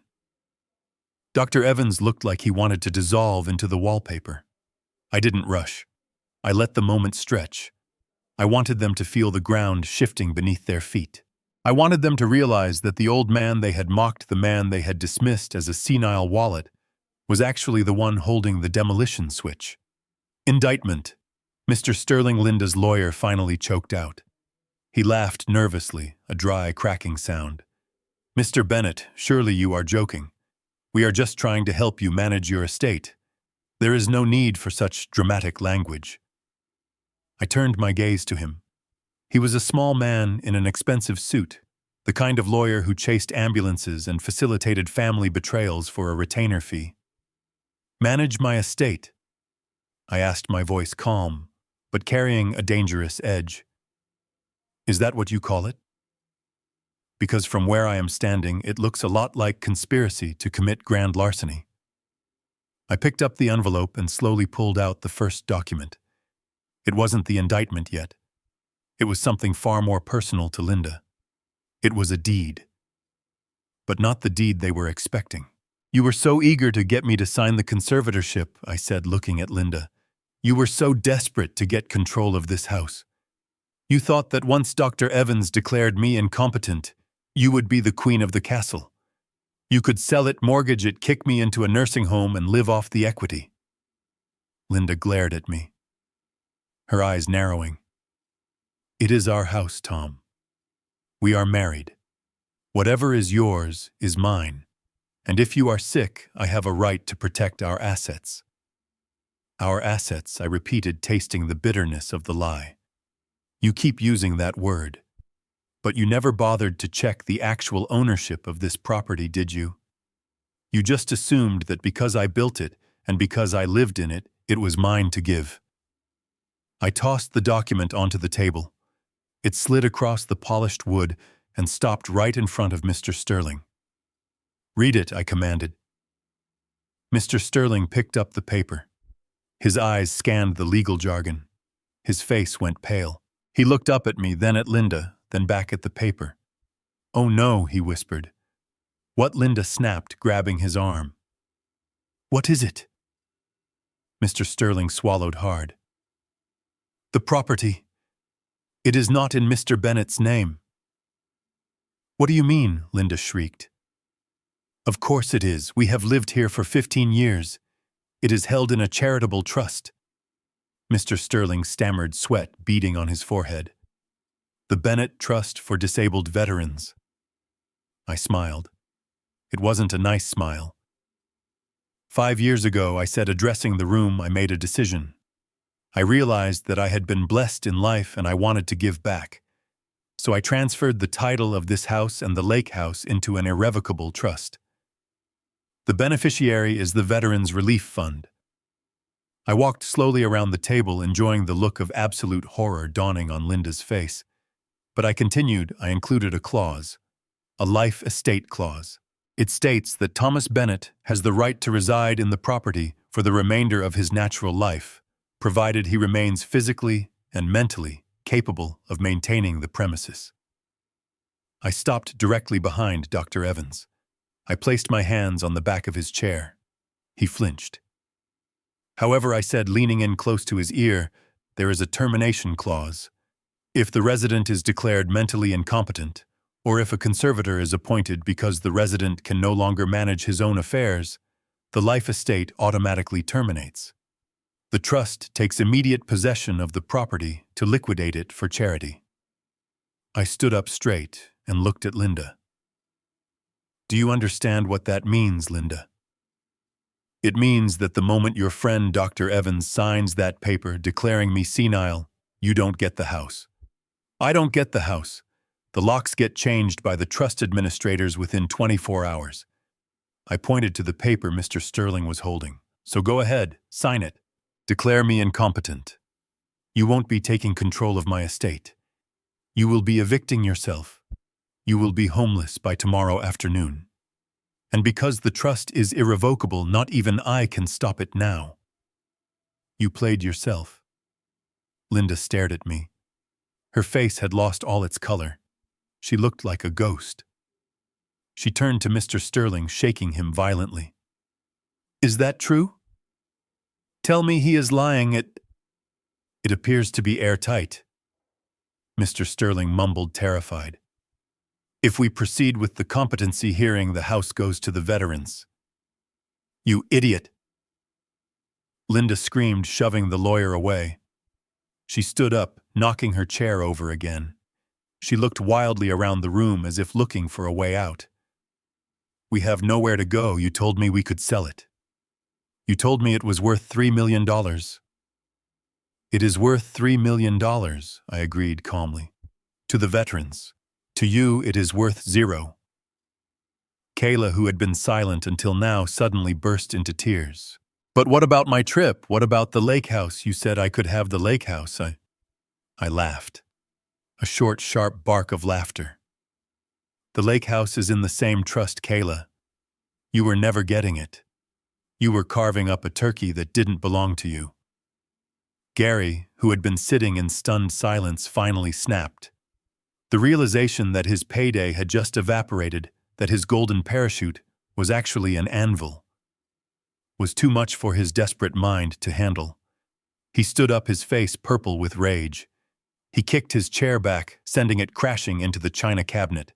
Glass shattered everywhere. You son of a bitch, Gary roared. You set us up, you knew. You let us plan this whole thing, you let me make calls, you let me promise money to people. And you knew all along it was a trap. I didn't flinch. I stood my ground. I didn't set you up, Gary. I just gave you enough rope. You are the one who tied the noose. Gary lunged across the table. He grabbed a steak knife. His eyes were wild, manic. He wasn't thinking anymore. He was just a cornered animal lashing out. I am going to kill you, he screamed, scrambling over the table, scattering dishes and wine glasses. If I am going down, I am taking you with me, Linda screamed. Dr. Evans dove under the table. Mr. Sterling cowered in the corner. But I didn't move. I didn't run. Gary jumped down from the table, landing right in front of me, the knife raised in his shaking hand. Do it, he yelled, spittle flying from his mouth. I have got nothing left to lose. I looked at the knife. Then I looked at Gary's eyes. They were filled with terror. He wasn't a killer. He was a coward who had run out of options. You have plenty left to lose, Gary, I said softly. He hesitated, confused by my calm. I reached into the envelope again. I moved slowly, deliberately. I pulled out a single sheet of paper. It wasn't a deed. It was a copy of a promissory note. I held it up. Do you recognize this? I asked. Gary squinted at the paper. His eyes widened. He recognized the logo. Silver State Holdings. That is my loan, he stammered, the knife lowering slightly. How did you get that? I bought it, I said. The room went dead silent again. What? Gary whispered. I bought your debt, Gary. I explained, my voice conversational, as if we were discussing the weather. Last night, while you were sleeping in my guest room dreaming of my money, I was on the phone with Mickey Salvo. I paid him $75,000 cash. I took a step closer to him, ignoring the knife. You don't owe the Sharks anymore. You owe me. I am the creditor now. I own the note. $150,000, plus interest. And since the note is in default, I have the right to call it in immediately. Gary lowered the knife completely.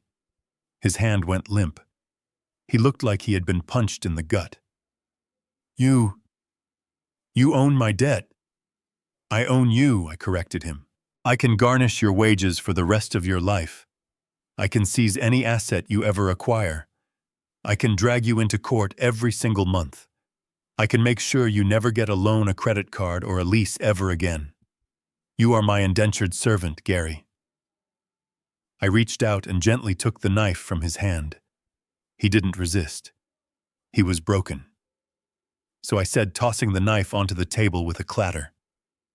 Before you do something stupid like attacking your primary creditor, maybe you should sit down. We have some payment terms to discuss.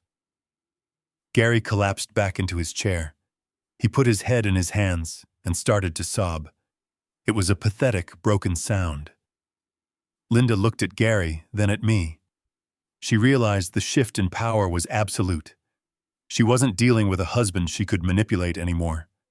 She was dealing with a man who had dismantled their entire lives in less than 24 minutes. I turned to Mr. Sterling and Dr. Evans, who were both looking for the exit. Don't leave yet, gentlemen, I said cheerfully.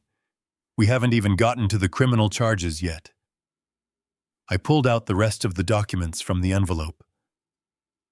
Rachel, I called out to the empty hallway.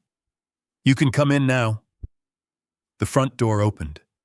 Rachel walked in, followed by 2 uniformed police officers and a man in a gray suit. The district attorney. I looked at Linda. Her face crumbled. Checkmate, I whispered. I tossed the file onto the mahogany table. It landed with a dull thud right next to the puddle of spilled orange juice and the overturned wine glass. The room was so quiet I could hear the grandfather clock ticking in the hallway, counting down the seconds of their destruction. Gary was slumped in his chair, his face buried in his hands, but I wasn't done with him yet. I needed him to understand the full weight of the chains he had forged for himself. Hello, Gary, I said, my voice cutting through the silence like a razor. I am your new creditor. Nice to meet you. The total outstanding balance is $150,000. That includes the principal, the accrued interest, and the late fees you have been dodging for 6 months. And just so we are clear, I don't accept installments. I don't do payment plans. I want the full amount. Gary looked up. His eyes were red-rimmed with panic. I don't have that kind of money, Tom. You know I don't. That is why I came here. That is why you tried to steal mine. I finished for him. A bold strategy. Let's see how it played out for you. I walked around the table, tapping the file with my index finger. Since you are pleading poverty, I have taken the liberty of identifying assets for seizure. First, there is that truck you drove here, the Dodge Ram. I checked the registration. It is in your name, fully paid off. It is worth maybe $30,000 on a good day. That is a start. Gary's jaw dropped. You can't take my truck. That is how I get to work. I can and I will, I said calmly. It is collateral now. But 30,000 barely scratches the surface. We are still 120,000 short. So I dug a little deeper. I turned my gaze to Kayla. She was sitting very still, her face pale, her hands gripping the edge of the table so hard her knuckles were white. She looked like a deer caught in the headlights of an oncoming freight train. Kayla, I said softly. Do you remember when you got your first car, the Honda Civic? You were 18. You had no credit history. You needed a cosigner. Kayla nodded slowly, her eyes wide with fear. Yes. You cosigned for me. I did. I agreed.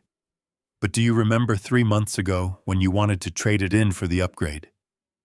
You needed a cosigner again because your credit score had dipped from all those late payments.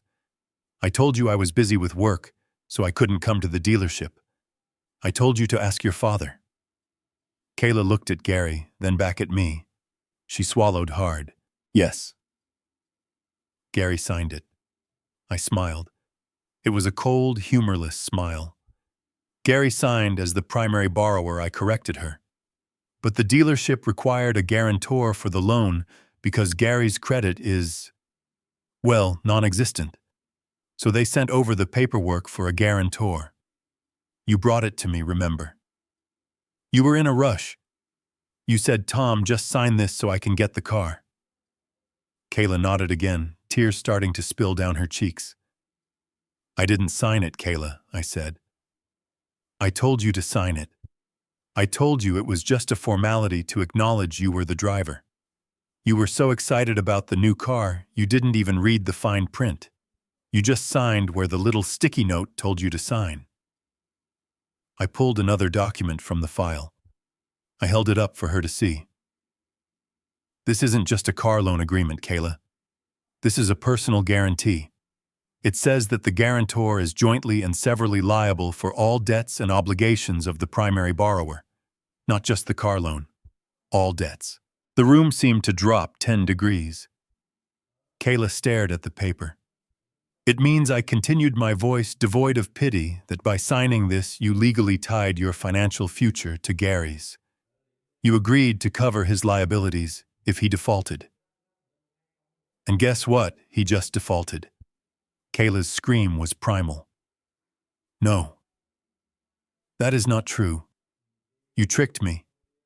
I didn't trick you, I said. I taught you a lesson. Always read the contract. You wanted Gary to be your hero. You wanted to give him credit for your success. Well, congratulations. Now you can give him credit for your debt. I am going to garnish your wages, Kayla. Every paycheck you earn as an engineer, 25% of it will go directly to me until Gary's debt is paid off. Kayla turned to Gary, hitting his arm. You did this. You ruined me. Gary pushed her away. Get off me. I didn't know. Kayla looked at me, her eyes pleading, desperate. Daddy, Tom, please, you can't do this. I am just starting my life. I have student loans. I have rent. How can I live if you take my money? I looked at her. I saw the girl I had raised, but I also saw the girl who had stood on a stage and erased me. I am not doing this to you, Kayla, I said. Bo Gary is doing this. He is the one who borrowed the money. He is the one who didn't pay. He is the one you thanked. He is your motivation, right? Him motivate you to work overtime. Kayla slumped into her chair, sobbing uncontrollably. The sound was jagged and raw. It was the sound of a fantasy shattering against the hard rock of reality. Linda stood up, shaking. You are a monster, she hissed at me. A cruel, vindictive monster. How could you destroy your own family like this? I looked at her. Her dress was stained. Her face was twisted. I didn't destroy this family, Linda, I said. I funded it. And when the funding stopped, the family stopped. That is on you, not me. Suddenly a sound cut through the sobbing and the shouting. It was a sound that made Mr. Sterling jump and Dr. Evans look at the window. Sirens. Blue and red lights flashed against the curtains, painting the dining room in a chaotic, strobing rhythm. Linda froze. Who is that? I checked my watch.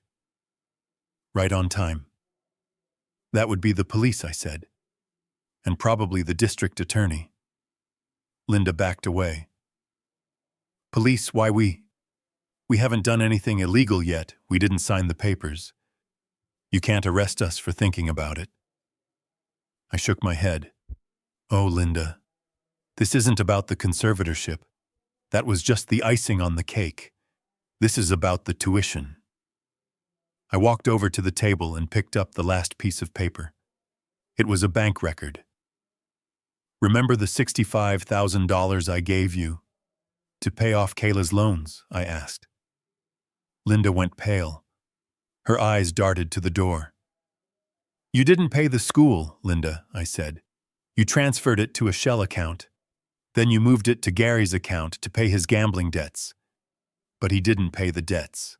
He gambled it away again. That is embezzlement. That is fraud. And since you used the banking system to do it, it is wire fraud. That is a federal crime.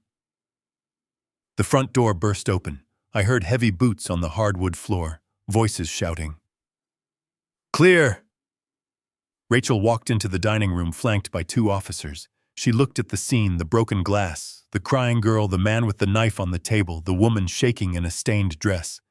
She looked at me and nodded. Officers, I said, pointing to Linda and Gary. These are the individuals named in the warrant.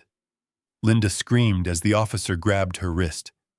No, you can't do this. I am his wife, Tom. Tell them it was a mistake. I turned my back on her.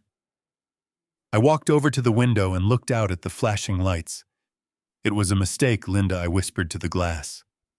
Marrying you was the biggest mistake of my life. But I just fixed it. As they dragged Gary out, he was yelling curses at me. Kayla was just sitting there weeping, too broken to move. I poured myself a glass of wine from the open bottle on the table. My hand was steady.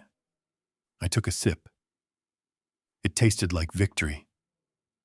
The flashing lights of the police cruisers were the only illumination in the driveway as the officers escorted Gary and Linda out of my house. They weren't in handcuffs, not yet. The district attorney needed time to build the formal case for the grand jury, but the immediate threat was neutralized. Rachel had filed an emergency restraining order that afternoon, citing financial abuse and the threat of physical violence, a threat Gary had conveniently confirmed with a steak knife in front of half a dozen witnesses. Get your hands off me, Linda shrieked as an officer guided her down the front steps. This is my house. You can't kick me out of my own house. It is not your house, ma'am, the officer said firmly.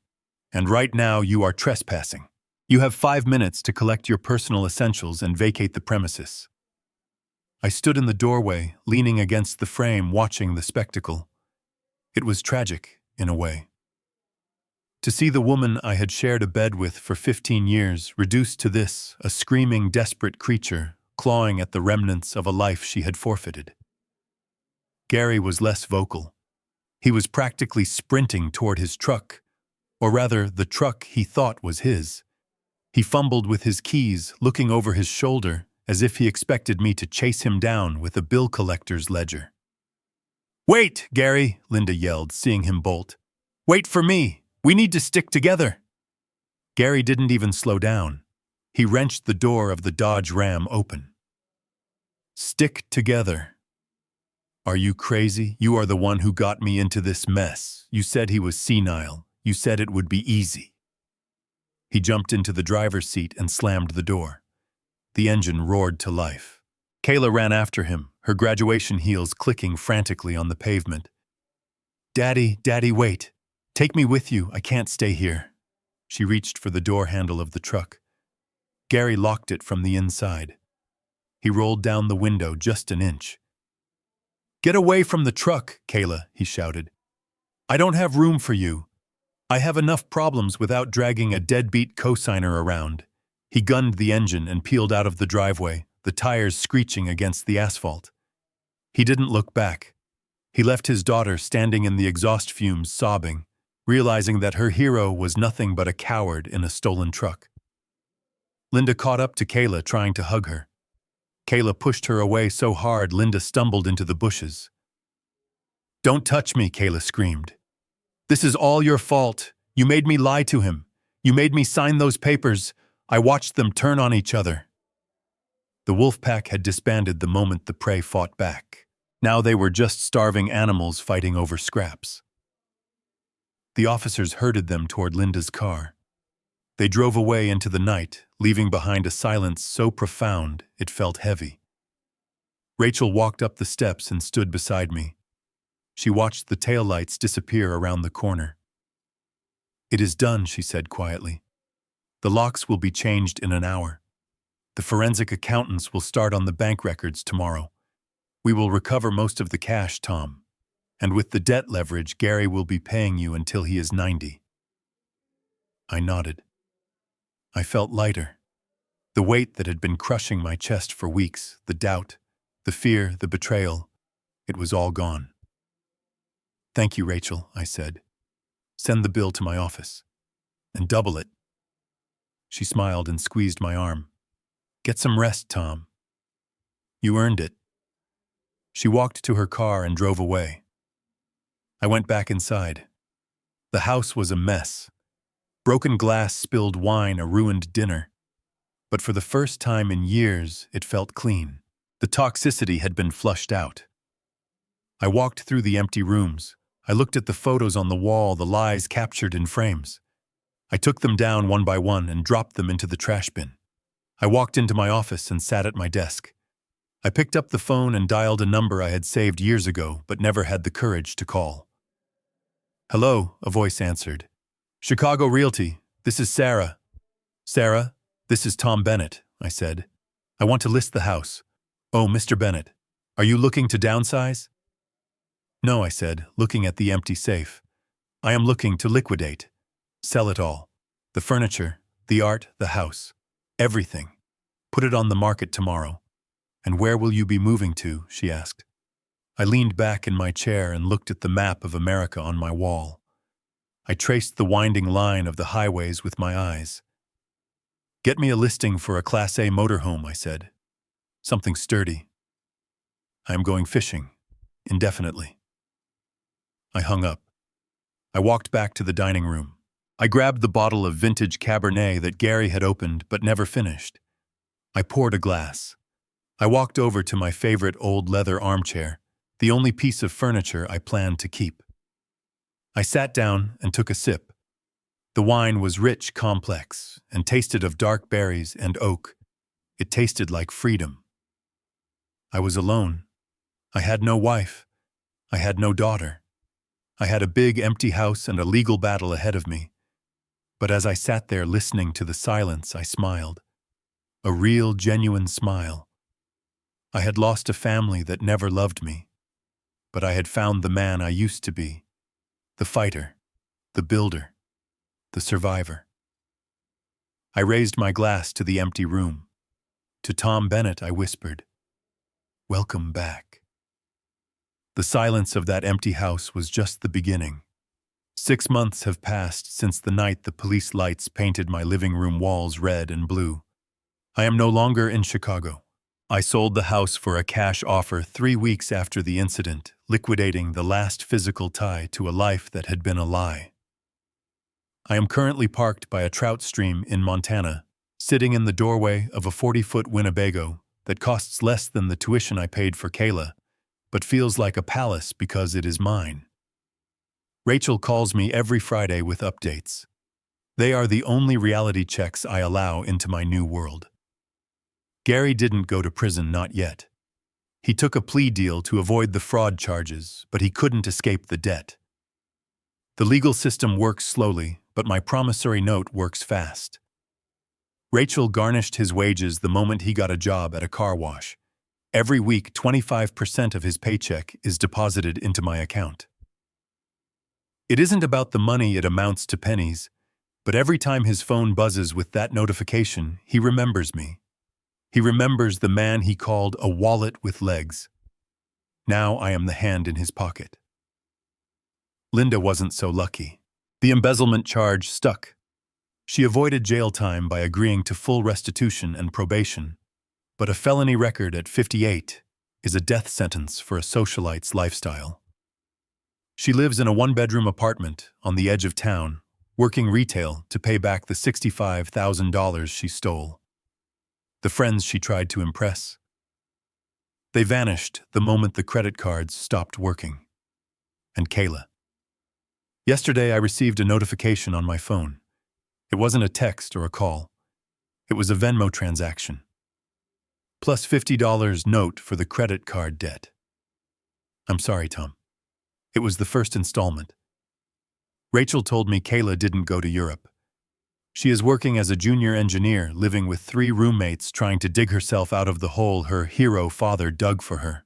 She is finally learning the lesson I tried to teach her for 15 years.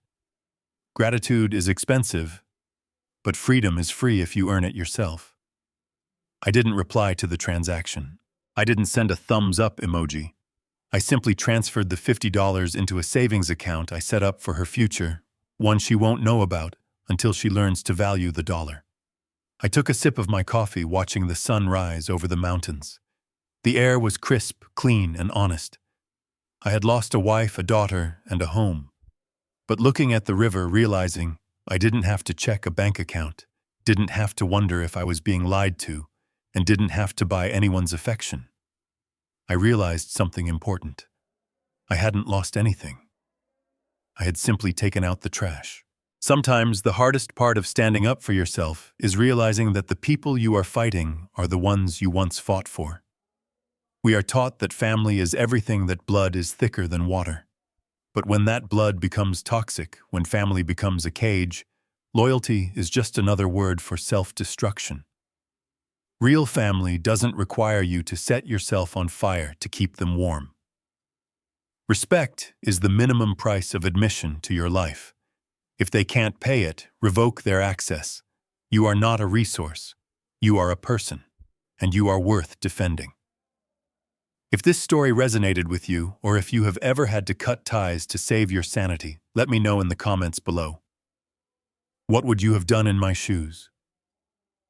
Don't forget to like this video and subscribe for more stories of justice and resilience. See you in the next one. Stay strong.